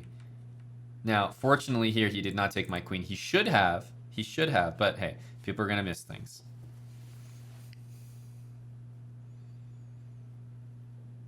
Yeah, that's right. Exclamation mark habits info has the full list of most of the rules, all the rules that I'm following. So you can have that open on another browser, another tab.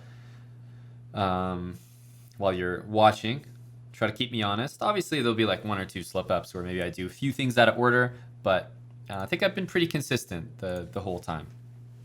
I think I've been pretty consistent.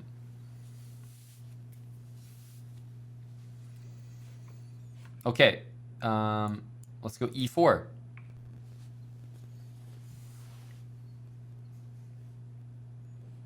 Knight f3. We've been doing this all day long. Queen e7. Okay, well, I'm going to keep doing exactly what I normally do. e4, both knights out. My next move is going to be bishop here. And then probably going to castle. Okay, bishop here. Oh no, he's playing the whale as black. It's not a good look.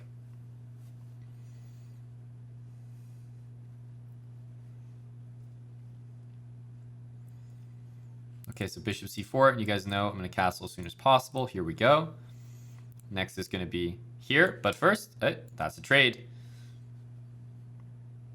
That's a trade. d3 again.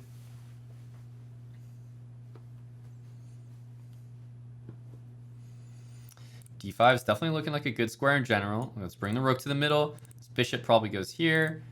Queen d2, rook d1, h3. Hopefully you guys can already visualize the first 15 moves of the game that I've been playing every single time, really.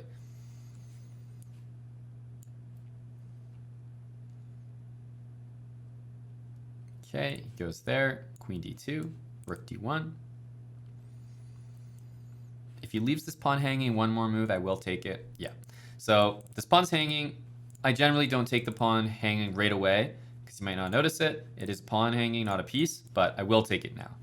I will take it now. It's been hanging for too many moves. Too many moves. So that's a central pawn. We know our knight's targeting those squares. Always got to be looking at these squares every single move. Can something happen there? All right, let's get that rook over.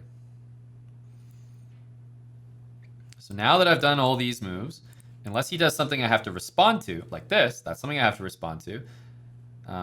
Where's my knight going to go? Every time it's been attacked, where do I go? I almost always go back because it attacks two central squares. What's my next move going to be? We're done our development. Okay, he's done this. We're going to take it. That's a capture. If he takes back, we're going to take it again. That's another capture. And now we're going to play our favorite move, our safest move, h3.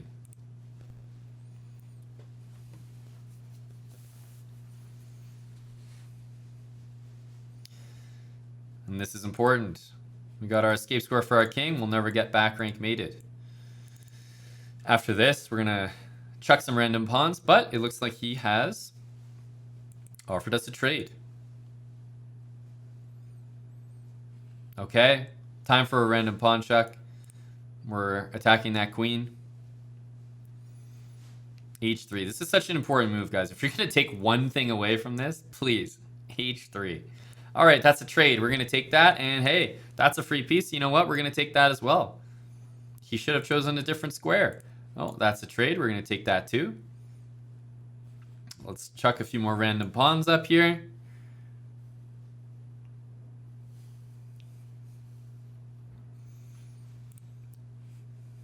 Okay, let's keep moving the pawns.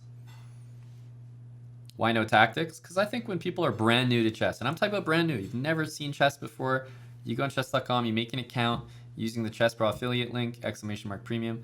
And you are not going to know what a tactic is. Literally, you're having no idea what a tactic is. You're going to have no clue. So I'm playing as if I'm brand new to the game, and I'm saying, even if you don't know what tactics are, I think you can still progress learning the fundamentals and then pick up tactics once you sort of got the basics down. Okay, he goes pawn up. This is an endgame. I don't think it's crazy to start bringing my king in. It's important.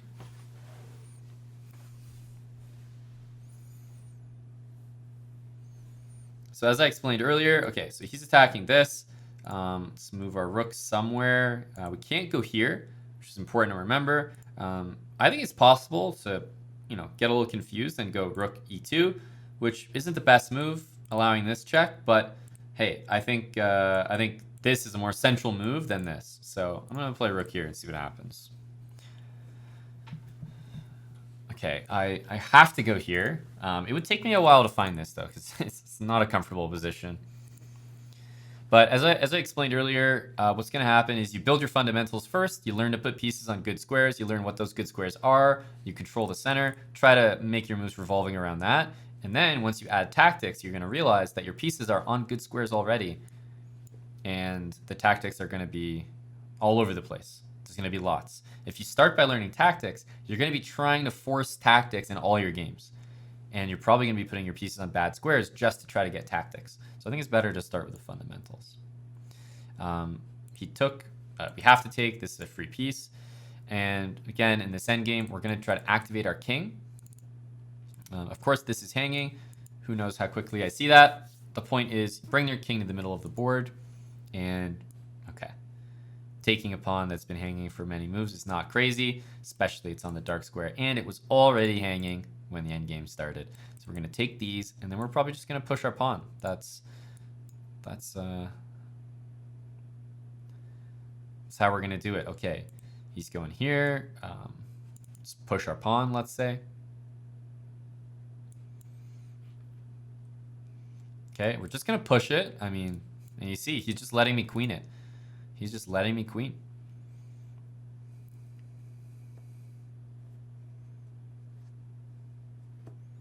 Three moves to take the pawn. Well, the pawn was hanging actually for many more than 3 moves. So I definitely abided by that rule, right? Because technically it was hanging here. So everything after 3 moves is completely fine. And I think we definitely hit our quota. GG. We got the win. I'm gonna get a queen here and he can't stop me. So there we go.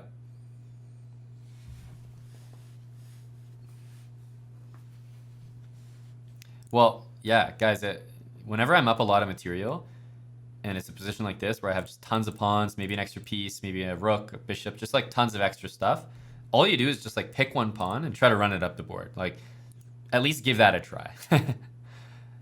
At least give that a try. It often just works and wins the game immediately.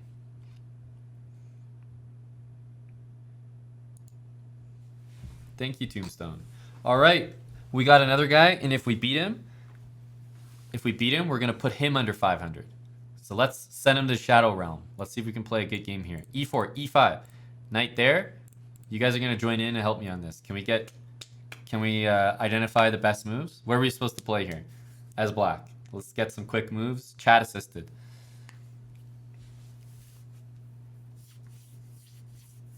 Knight C6. There we go. There we go. Knight C6. You guys know it. Whenever it's this knight, we bring the opposite knight. Bishop C4. What's the next one?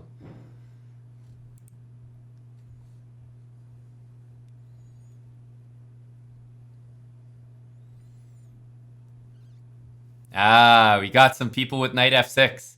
Ah, we got some people with knight F6. Remember, you go knight F6, you're going to lose to the fried liver attack. It must be bishop C5. And this is one of the things we learned and adapted. Knight F6 is what we would normally play, but bishop C5 is the better one. So after you go bishop C5, now you guys are correct. Now we can go knight F6. So we want to avoid knight G5. Now we can go here. And now, hopefully, you guys know we're supposed to get castled ASAP. What's our next move after castling? Well, it depends what he does maybe, but we castle ASAP. Hopefully we remember that rule. And then, what's coming next? Most likely. D6 most likely. So we got some H6 suggestions. H6 not a bad suggestion, but generally I like to play D6, rook to the middle, you know, sort of finish my development before I play this. If he played his bishop here, we would go like this. Okay, pawn to the middle. We definitely going to take this. We have to take it. And what have I always taken with? I've always taken with the knight. It's been my rule. If the pawn's not protecting it, then I always start by taking with the knight.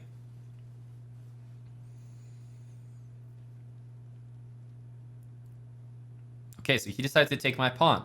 Now, again, am I scared of knight f7, bishop f7? We've already discussed this, and we analyzed this together. We said if knight g5 takes my pawn, that's actually going to be good for me. So technically, that's not a threat that I'm scared of. So I'm going to say, look, d6 was in my plans initially. I'm going to play that now. I'm going to attack your knight. If you take this, be my guest. I'm ready for that. I actually want you to do that. Now, he plays this. Two ways to play this. I could take this knight, or I could move my knight. I think both are very reasonable. I think that if I attacked your knight and you didn't move it, I would be pretty set on taking it. But we have our don't hang pieces rule, so I'm going to move my knight back. This is just a choice. I think both moves are very fine, and there's logic for both of them. But I'm going to say that our don't hang pieces rule is kind of important. And when I see my knight attacked, I'm just going to bring it back to safety instinctively. So I'm going to go like this. I'm going to go like this. Knight back. So he took it. I didn't take back. We have to. I mean, we can't just be giving away a knight for free. Knight there. Well, we know we got to take it. That is a trade. That is a trade. Not worried about pawn structure. Well, a good thing to remember is taking towards the middle is always a good thing. So we're going to trade that, and now we're going to continue with our game plan. Rook here, bishop there, queen up, rook over, and then maybe some h6. Okay, but he starts with that. You guys know, as soon as the bishop goes there, immediately h6, hit that bishop. Now, is he going to take this? I mean, the money says yes. The money says yes. At this ELO, I mean, have we seen, I think we've seen one guy go here. One guy, maybe 0 guys, but like maximum one. Maximum one. So, of course, there we go. The money says he takes it. It's just so expected. They always do it. So we're going to take back. With the queen, of course, not to ruin the pawns if possible. So if you have a choice between pawn and queen, you're going to choose the queen 99% of the time. And then if there's no queen there, of course, you have to take with the pawn, then so be it. Okay, pawn there. So we're going to continue. Bishop to e6. Takes. Now I could take with the queen or the rook. I think both are reasonable. I'm going to choose to take with the queen here. And then the rook's going to come over. We have our escape square. You know, you guys played those moves along with me. I don't think I did anything too crazy that game. Knight c6 was the decision I made. I could have taken here. If I did, I actually would have won a pawn. So I chose the move that didn't win a pawn. But I think we have a pretty reasonable position just from following those rules. Rook d8. Rooks pretty much always go to these two squares. Okay, he's attacking our queen. Let's go to a central square. Let's go to a central square. Rook b8. Good move, but in general, part of my practice, I've been bringing the rooks to the middle no matter what, even if the files are closed. Okay, queen to a4. Tricky move for sure. He's threatening 2 pawns. My next move was probably going to be to chuck the a pawn up there anyway. So I think I'm just going to go ahead and do that. Okay, we're going to lose a pawn here. He's going to take this guy, and now all of a sudden it's our turn. We lost the pawn here. We did our random pawn move. Kind of tough what to recommend next, but let's say rook b8, rook on an open file. So even though we already played rook d8, it doesn't matter. This is just sort of part of finishing the fundamentals. Rooks belong in the middle, and okay, as the game progresses later, you might realize, it was better off somewhere else. Now, I've lost a couple pawns here. As I've said, if you're going to blunder things at this ELO, blunder pawns. Don't blunder full pieces. That's the main thing. Okay, the queen takes another pawn. Let's attack the queen. Let's attack the queen. See you, Airbus. See you. Take care. Time for another sushi roll.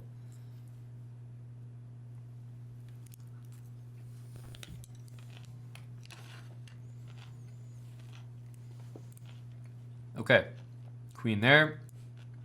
This looks like a pawn I can take.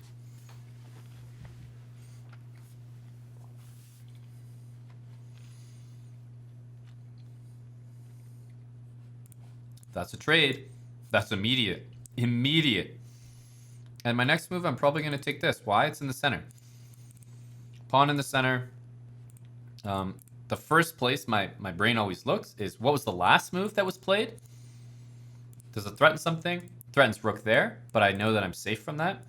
And the next thing is, I'm going to look at these 4 squares. And I'm going to notice that, hey, I can just take a free pawn. I can take a free pawn. Okay, so he goes rook down. Now, he is making a threat here. I have a few things in this position. Number 1, I have checkmated 1. Number 2, I have this check. And number 3, I have this check. I think that in this position, black's definitely going to check. Queen e3 instead of queen d4 makes the most sense. If I'm choosing one of those 2 moves, it's closer to the king. Rook c1 makes a lot of sense. Queen e1 is mate in 1. Now, are we going to play mate in 1 after rook to b7? Maybe not. I've already played a mate in 1, so I feel like my luck is running strong. So I'm going to give a check with the rook. Let me give a check with the rook. Now, I also know that, as soon as the king starts running, as long as I keep checking him, remember, if you're trying to deliver a mate, you need to check every single move to avoid stalemate. That's at the end of the game. But it's also a good practice that if you're ever trying to hunt the king, you're trying to check him, and deliver checkmate, you're going to have to do this. You're going to have to check him every single move. It's the only way you're going to deliver that mate. And there's lots of examples of why, checkmating patterns are not something that you're going to be very good at to start off.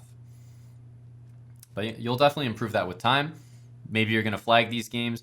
Maybe you're going to get checkmates. But the point is, learning checkmate patterns is something you're going to build after this. That's not really a fundamental, I would say. Not a fundamental.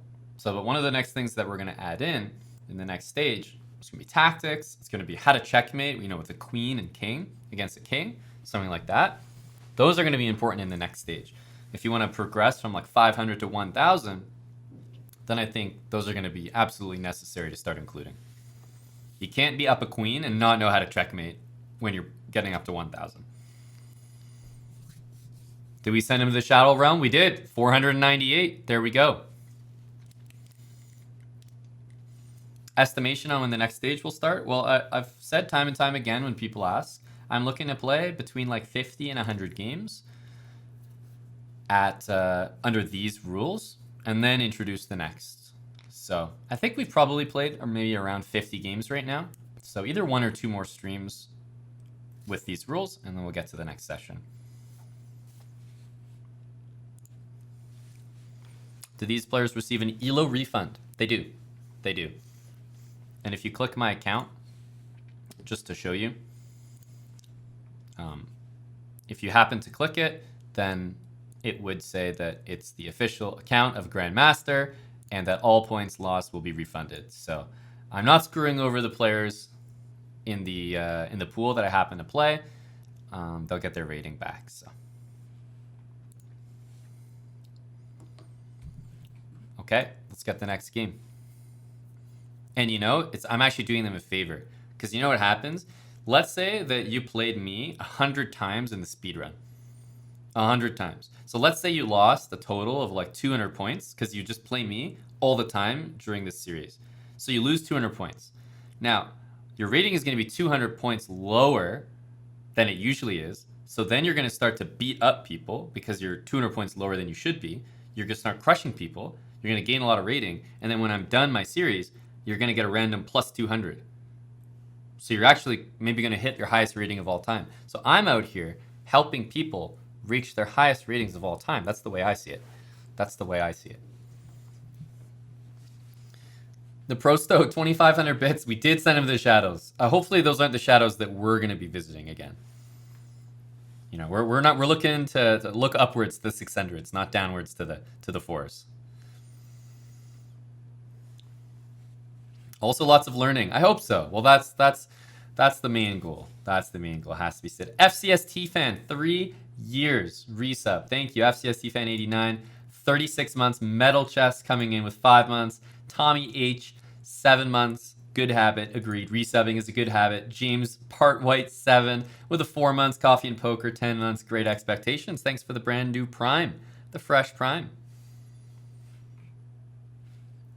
Cheers, guys. Nice to see a FCST fan. You're new to this. What's so bad about below 500? Nothing.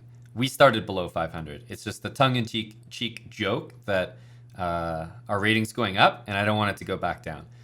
Meaning we want to keep improving. We want to aim for the next level. We never want to be going back down to the level that we were at before.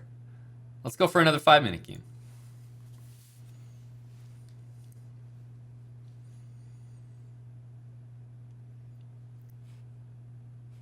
E4. Okay. D5. We've seen this before. We're going to take it. We've done this. Basically, any capture we can do, we will. We're going to attack the queen with the knight.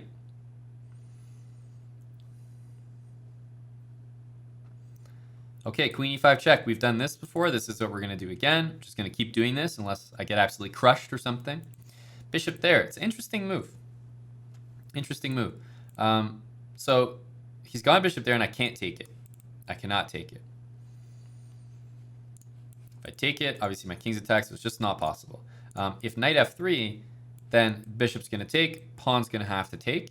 Now, it's very possible that I won't notice that.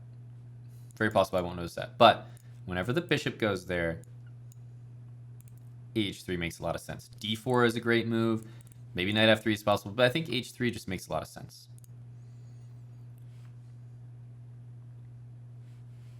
Okay, he takes. Again, lots of options. I think I'm going to take with this knight because I haven't moved it yet. I need to develop it. And getting the queen out for a trade is not the easiest thing to rationalize. Normally that doesn't happen. Normally it doesn't happen. So I'm going to play knight here, and I'm probably going to castle next turn.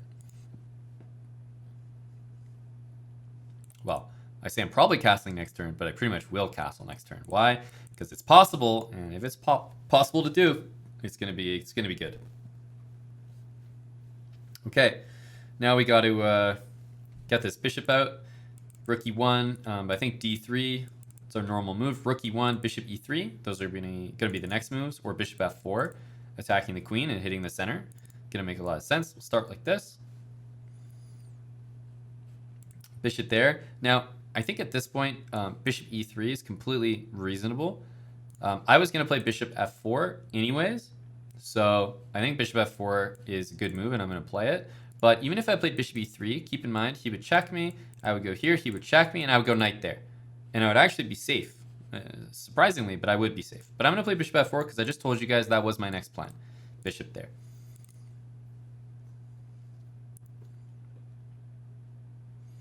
Can you access the VOD if you miss a lesson? Well, first of all, the VODs on our channel are not sub-only, so you can always look at a past broadcast until Twitch removes it.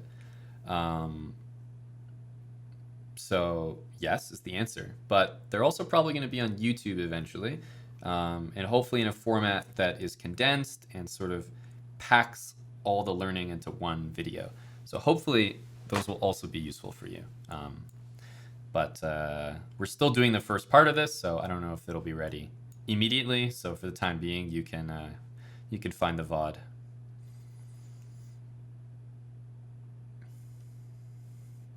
Okay, so he went there. Obviously, we had 94. That's a tactic though. Rook there. Well, we're gonna take it. We're gonna take it. He takes with the knight. We're gonna bring the rook over.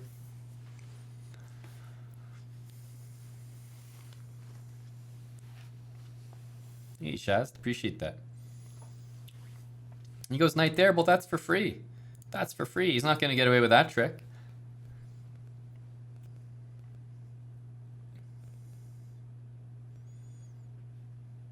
Okay, so we've sort of got our escape square. It would be time for some random pawns, but at the end of the day, his queen is very close to our king. So I think I'm very much justified to play just a few sort of like moves to attack his queen and sort of kick it away, get away from my king. A4, B4, those are like random pawn moves for, I guess, when the position's a little more normal. But okay, so we've kicked him away. Now I think we can start some of the pawn moves. I think d4 as well makes a lot of sense because it's a random pawn move, but it's also in the center. So it's like the best kind. It's the best kind. Okay, let's keep chucking the pawns. Well, that's the idea, Z-Skills. So I'm trying to say, basically, if you guys actually start out, maybe even make a new account, whatever it is. Join chess.com as a brand new account, beginner. You play like this for 100 games, then I'll release the next set of rules that you're going to add. So you're going to take most of what you're doing right now, but you're also going to add some extra stuff. And then you're also going to, let's say, get rid of no tactics. So you're going to take off some training wheels from the beginning set of rules. And I think that that's a very reasonable way to improve.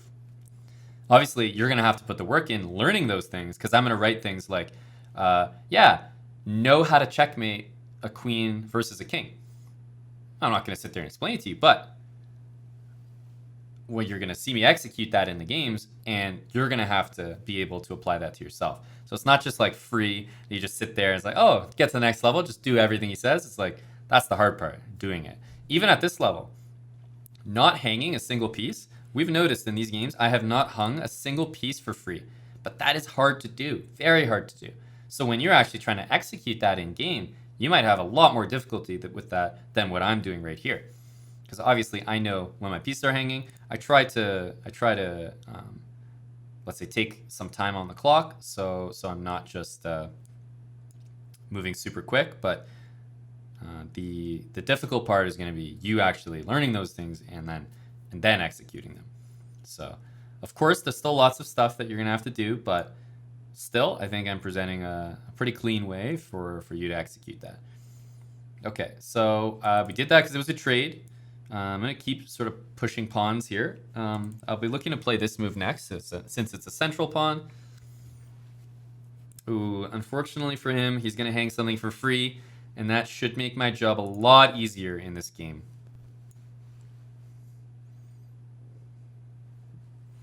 That's also for free, and it's in the center, so that's an easy capture. And I think our opponent here is not going to have a good time. He's attacking our rook. We can go and give him a check, and that's actually going to be a mate, so it's even better. GG, we got a good one in there.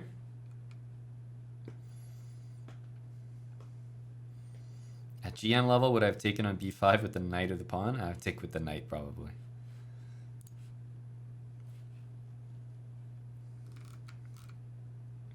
How do you draw arrows in chess.com? You just click with your right mouse button and then drag and drop it. But you have to first go into your settings and click this button that says right button, draw arrows and highlights. That one. Just make sure that's enabled.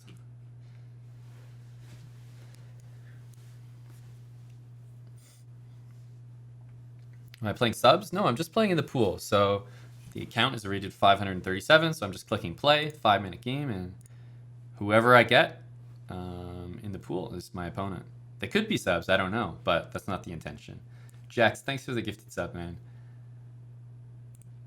All right, e4, e5. We know what we're going to do. It's going to be knight to f3.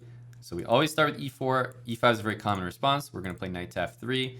We're going to play knight c3, always getting both knights out. And then we're going to play bishop to c4. So you want to get into that habit of e4, e5, knight f3, knight c3, bishop c4. Those are mainly going to be your starting 4 moves of the game. Knight out, we're going to castle, ASAP. Not allowed to play en passant, no. Not at this level. Okay, bishop there, you guys know it, h3. Look at that, guys. We must be improving because we finally found somebody who played bishop to h5. Incredible. Incredible. That's a big step up because that's a much better move than bishop takes f3. And I hope that that's something you guys can maybe start to appreciate. You've seen so many games, and how easy is it for me when they take? I just take with my queen, everything's good. Bishop h5 is a very good response, and it's something that players should be doing more often. So in case you're somebody that brings your bishop out and just takes the knight, this is always going to be better. Really is. So anyway, he goes back. I'm not going to play this move. That's not a good looking one. I'm just going to play d3. I'm going to keep going with our plan. Knight there, and we don't usually play the bishop there because of the double pawn, so we usually bring the rook and then play bishop here.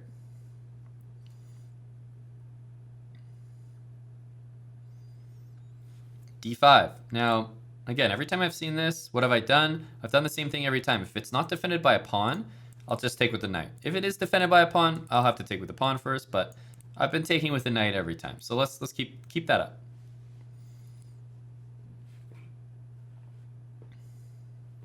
Okay, takes. Let's take with the bishop. Pieces in the center.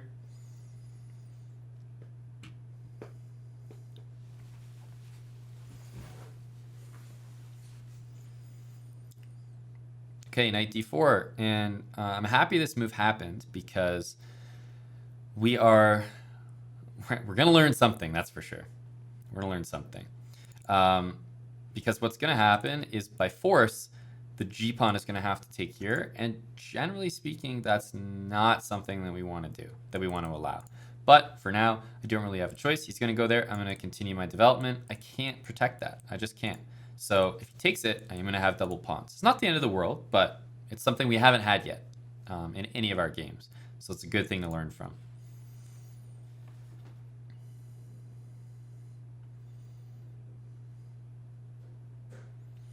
Okay, he attacks our bishop. Every time we've been attacked, we've moved back like this.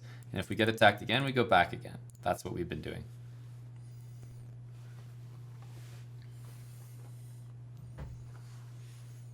We don't know what a pin is. Take that knight. We don't know that it's called a pin, but we know that if we do this, our queen's going to be hanging.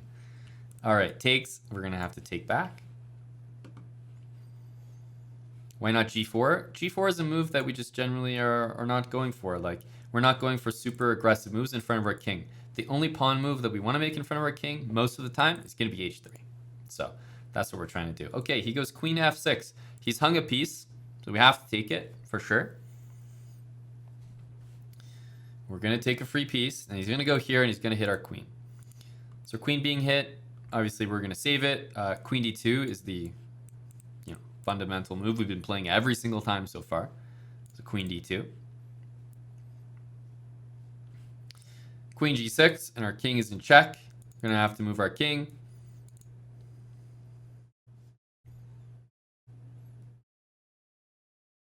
Rip-a-roni.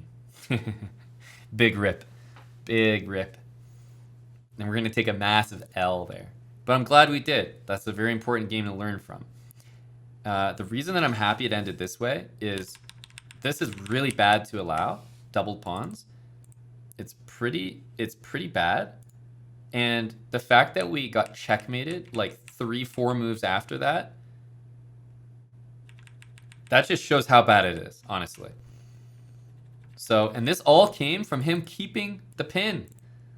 Seriously, like the guy kept the pin and he KO'd the position. So this is so much better than bishop takes. It's ridiculous. It really is. So we're going to analyze that one.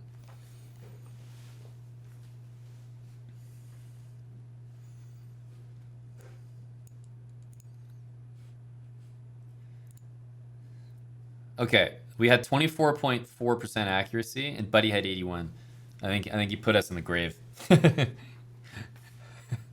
I think he absolutely gave us the old 1-2 there. Okay, so what does it mean in general is that when the bishop goes back, we have to be very conscious of what? What do we have to watch out for when the bishop goes back? We have to watch out for this knight coming to d4, because then if our pawn's on d3, like the game, it's going to be unstoppable. Knight there is unstoppable. And knight there is going to hit this, and it's pinned, and then our pawn's going to have to take, and that's bad. The whole thing is bad. The whole thing is bad. So what are we going to do about that? Let's say in a regular position like this, when bishop h5 happens, how are we going to deal with this? Anyone have any ideas? How are we going to stop us from getting double pawns, basically?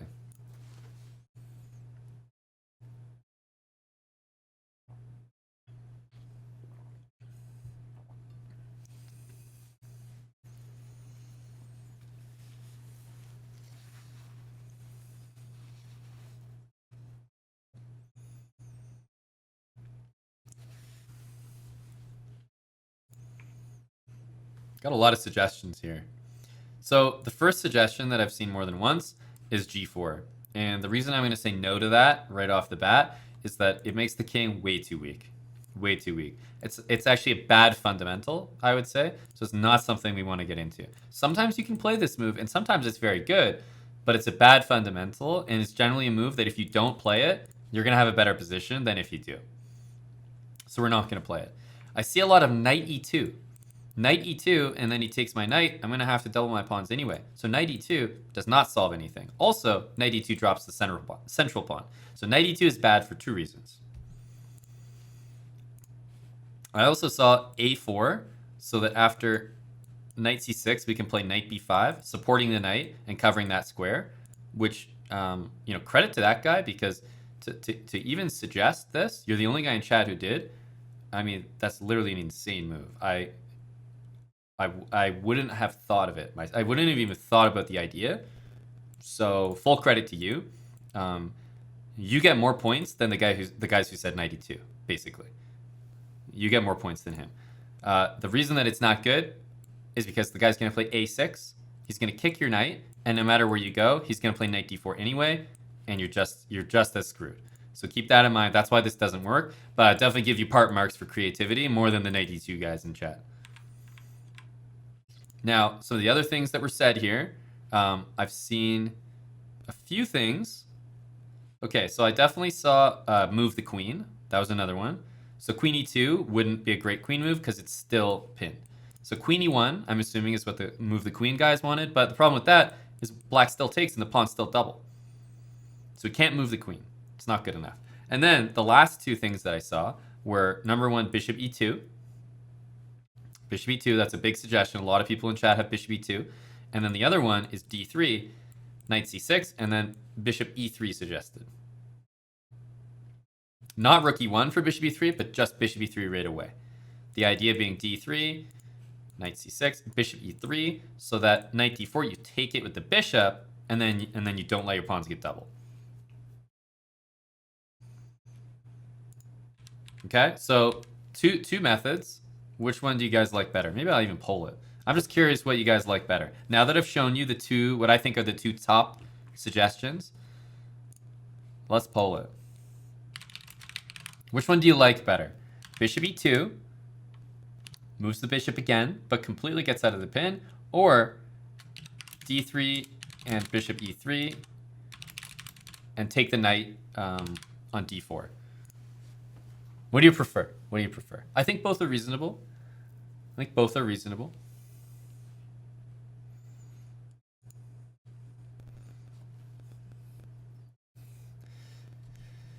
MPsych wants me to put king h2, king g3 in the poll.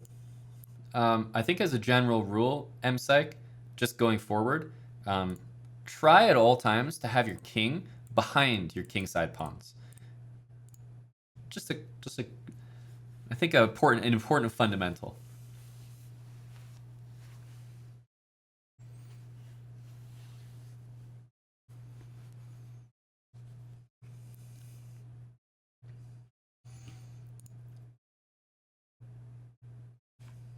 Does bishop b5 check not work? Bishop b5 check is an interesting idea. One thing I'll say about bishop b5 check is that it definitely works in the sense that if knight c6, we could take it. And if c6, we could move the bishop again to cover that. But it's not a habit that I want you to get into. Generally, once you move your bishop here, you shouldn't then move it there. If you wanted to move it there, you could have chosen that from the start. So, very interesting suggestion. Bishop there, because if you go c6, the knight can't go there anymore. And if you go knight there, you can take it. But I would say it's probably a bad habit to get into. Moving the same piece twice. And then allowing your opponent to sort of play c6, d5, gaining a lot of time. Interesting suggestion, though. Okay, it looks like d3, bishop e3 is going to get the votes here. Although it is a fairly close one. It's not like, 90-10 or anything.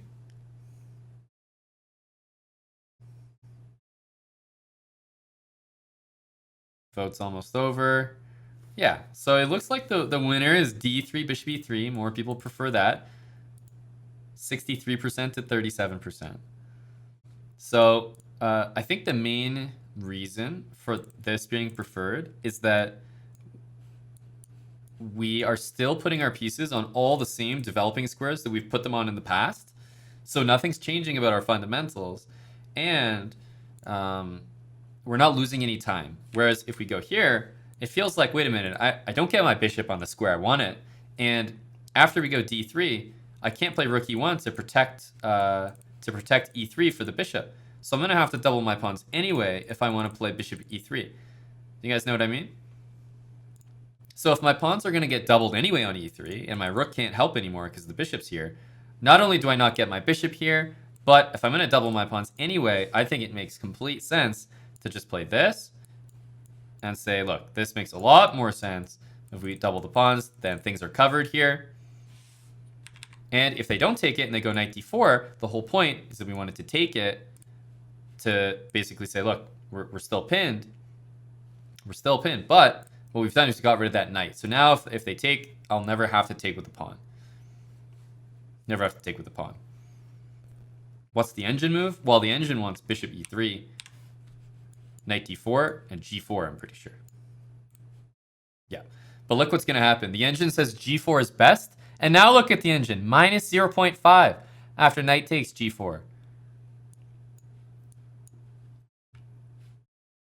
0.00, but this guy's flip-flopping all over. Minus 0.9, minus 3.9. No, these are scary lines. Dude, the engine's trying to KO me. The engine's trying to... These aren't good fundamentals. If any of you guys were in this position as white, I would be offended if you watched my series and this is how you played chess.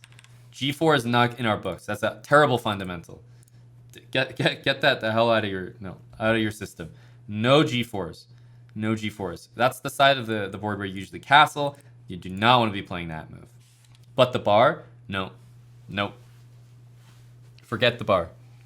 Forget the bar. It's COVID, guys. The bars are closed. Forget the bar.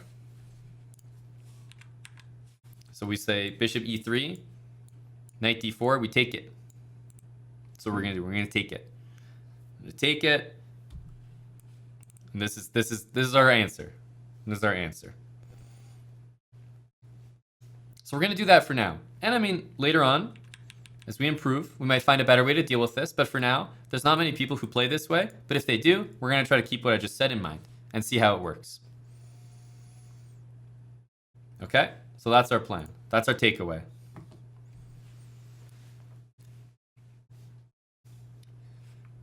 All right.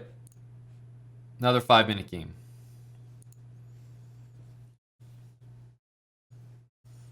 Oh, we got the white pieces again. Let's go e4.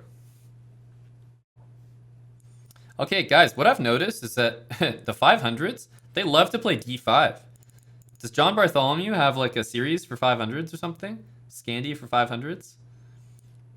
Okay, let's get the 2 knights out. I'm going to play pawn there, probably bishop there, castle. Let's get the pawn. Pawn in the middle, always a great thing to do.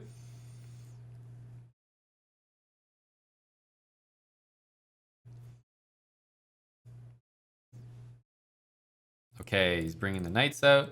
Let's go bishop here, and we're going to castle next, of course. e5. Wow, I say we're going to castle, of course. And he comes up with something I have to take.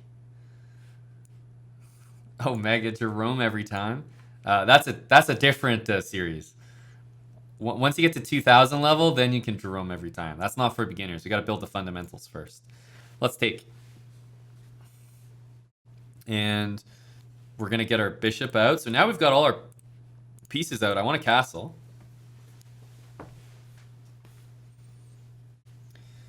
Bishop there. Well, fundamentals, guys. We're always going to play a3 after bishop there. Oh, thank goodness he didn't take that. Oh, he played this. He probably saw my last game. He's like, bishop b4, you know, sips tea, pinky out. I'm a man of high class. Even though bishop takes c3, queen c4 just won a bishop or a rook. So let's castle ASAP. Let's castle, and whew, we dodged one there. We dodged a bullet for sure. Okay, now let's get a rook to e1. Yes, bishop a5, a man of culture. Man of culture. Knight there. Okay, so knight there. He's got a big threat. He is threatening queen takes h2. Now, do I see queen takes h2? It would be nice if I did. If I saw it, then I would play maybe like g3 to guard it. But, you know, I'm going to assume that, you know, I'm playing h3. h3 is my usual move. So we're going to go h3. Now, queen h2 is going to be quite the surprise. Not exactly thrilled to see that. But in general, h3 is a much better habit than g3. He's going to check me. Guys, I think the last guy that we saw play this was actually Dan today. Dan brought his king willingly from g1 to e2. It did not go well. Did not go well. Okay, well, that's free, so we're going to take it. Whew. But he could have really... injured me there with bishop takes. Now he takes through the queen. Generally, I think blocking checks is kind of like... I generally move the king.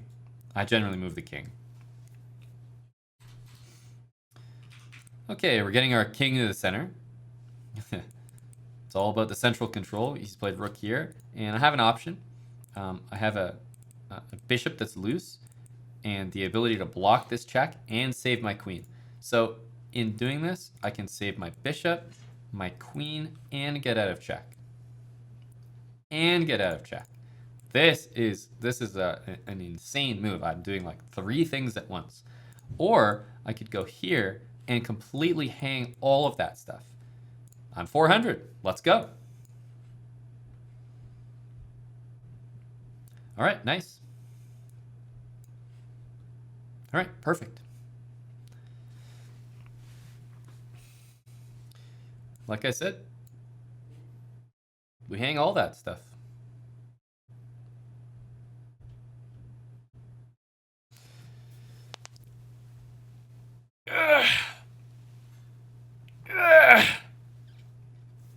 It's the solid game from 529 rated VBKN.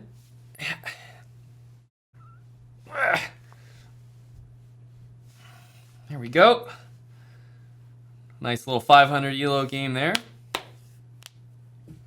Remember, guys, I mean, you have to play to your ELO. If I'm playing moves like this, I'm gonna get KO'd. If I start playing like a 400, you see what happens? This is really just to show you guys that no matter what game you're playing at 400, there literally should be something in the rule book to never resign. I think that should honestly be there, and I might add it to the graphic for next time. But never resign should absolutely be on it. If you're 400 or 500 ELO, never resign. You see how many people resign against me? It's like, dude, I could be stalemating. If you're following my rules, you probably don't even know how to checkmate. You should absolutely never resign at this ELO for sure. For sure.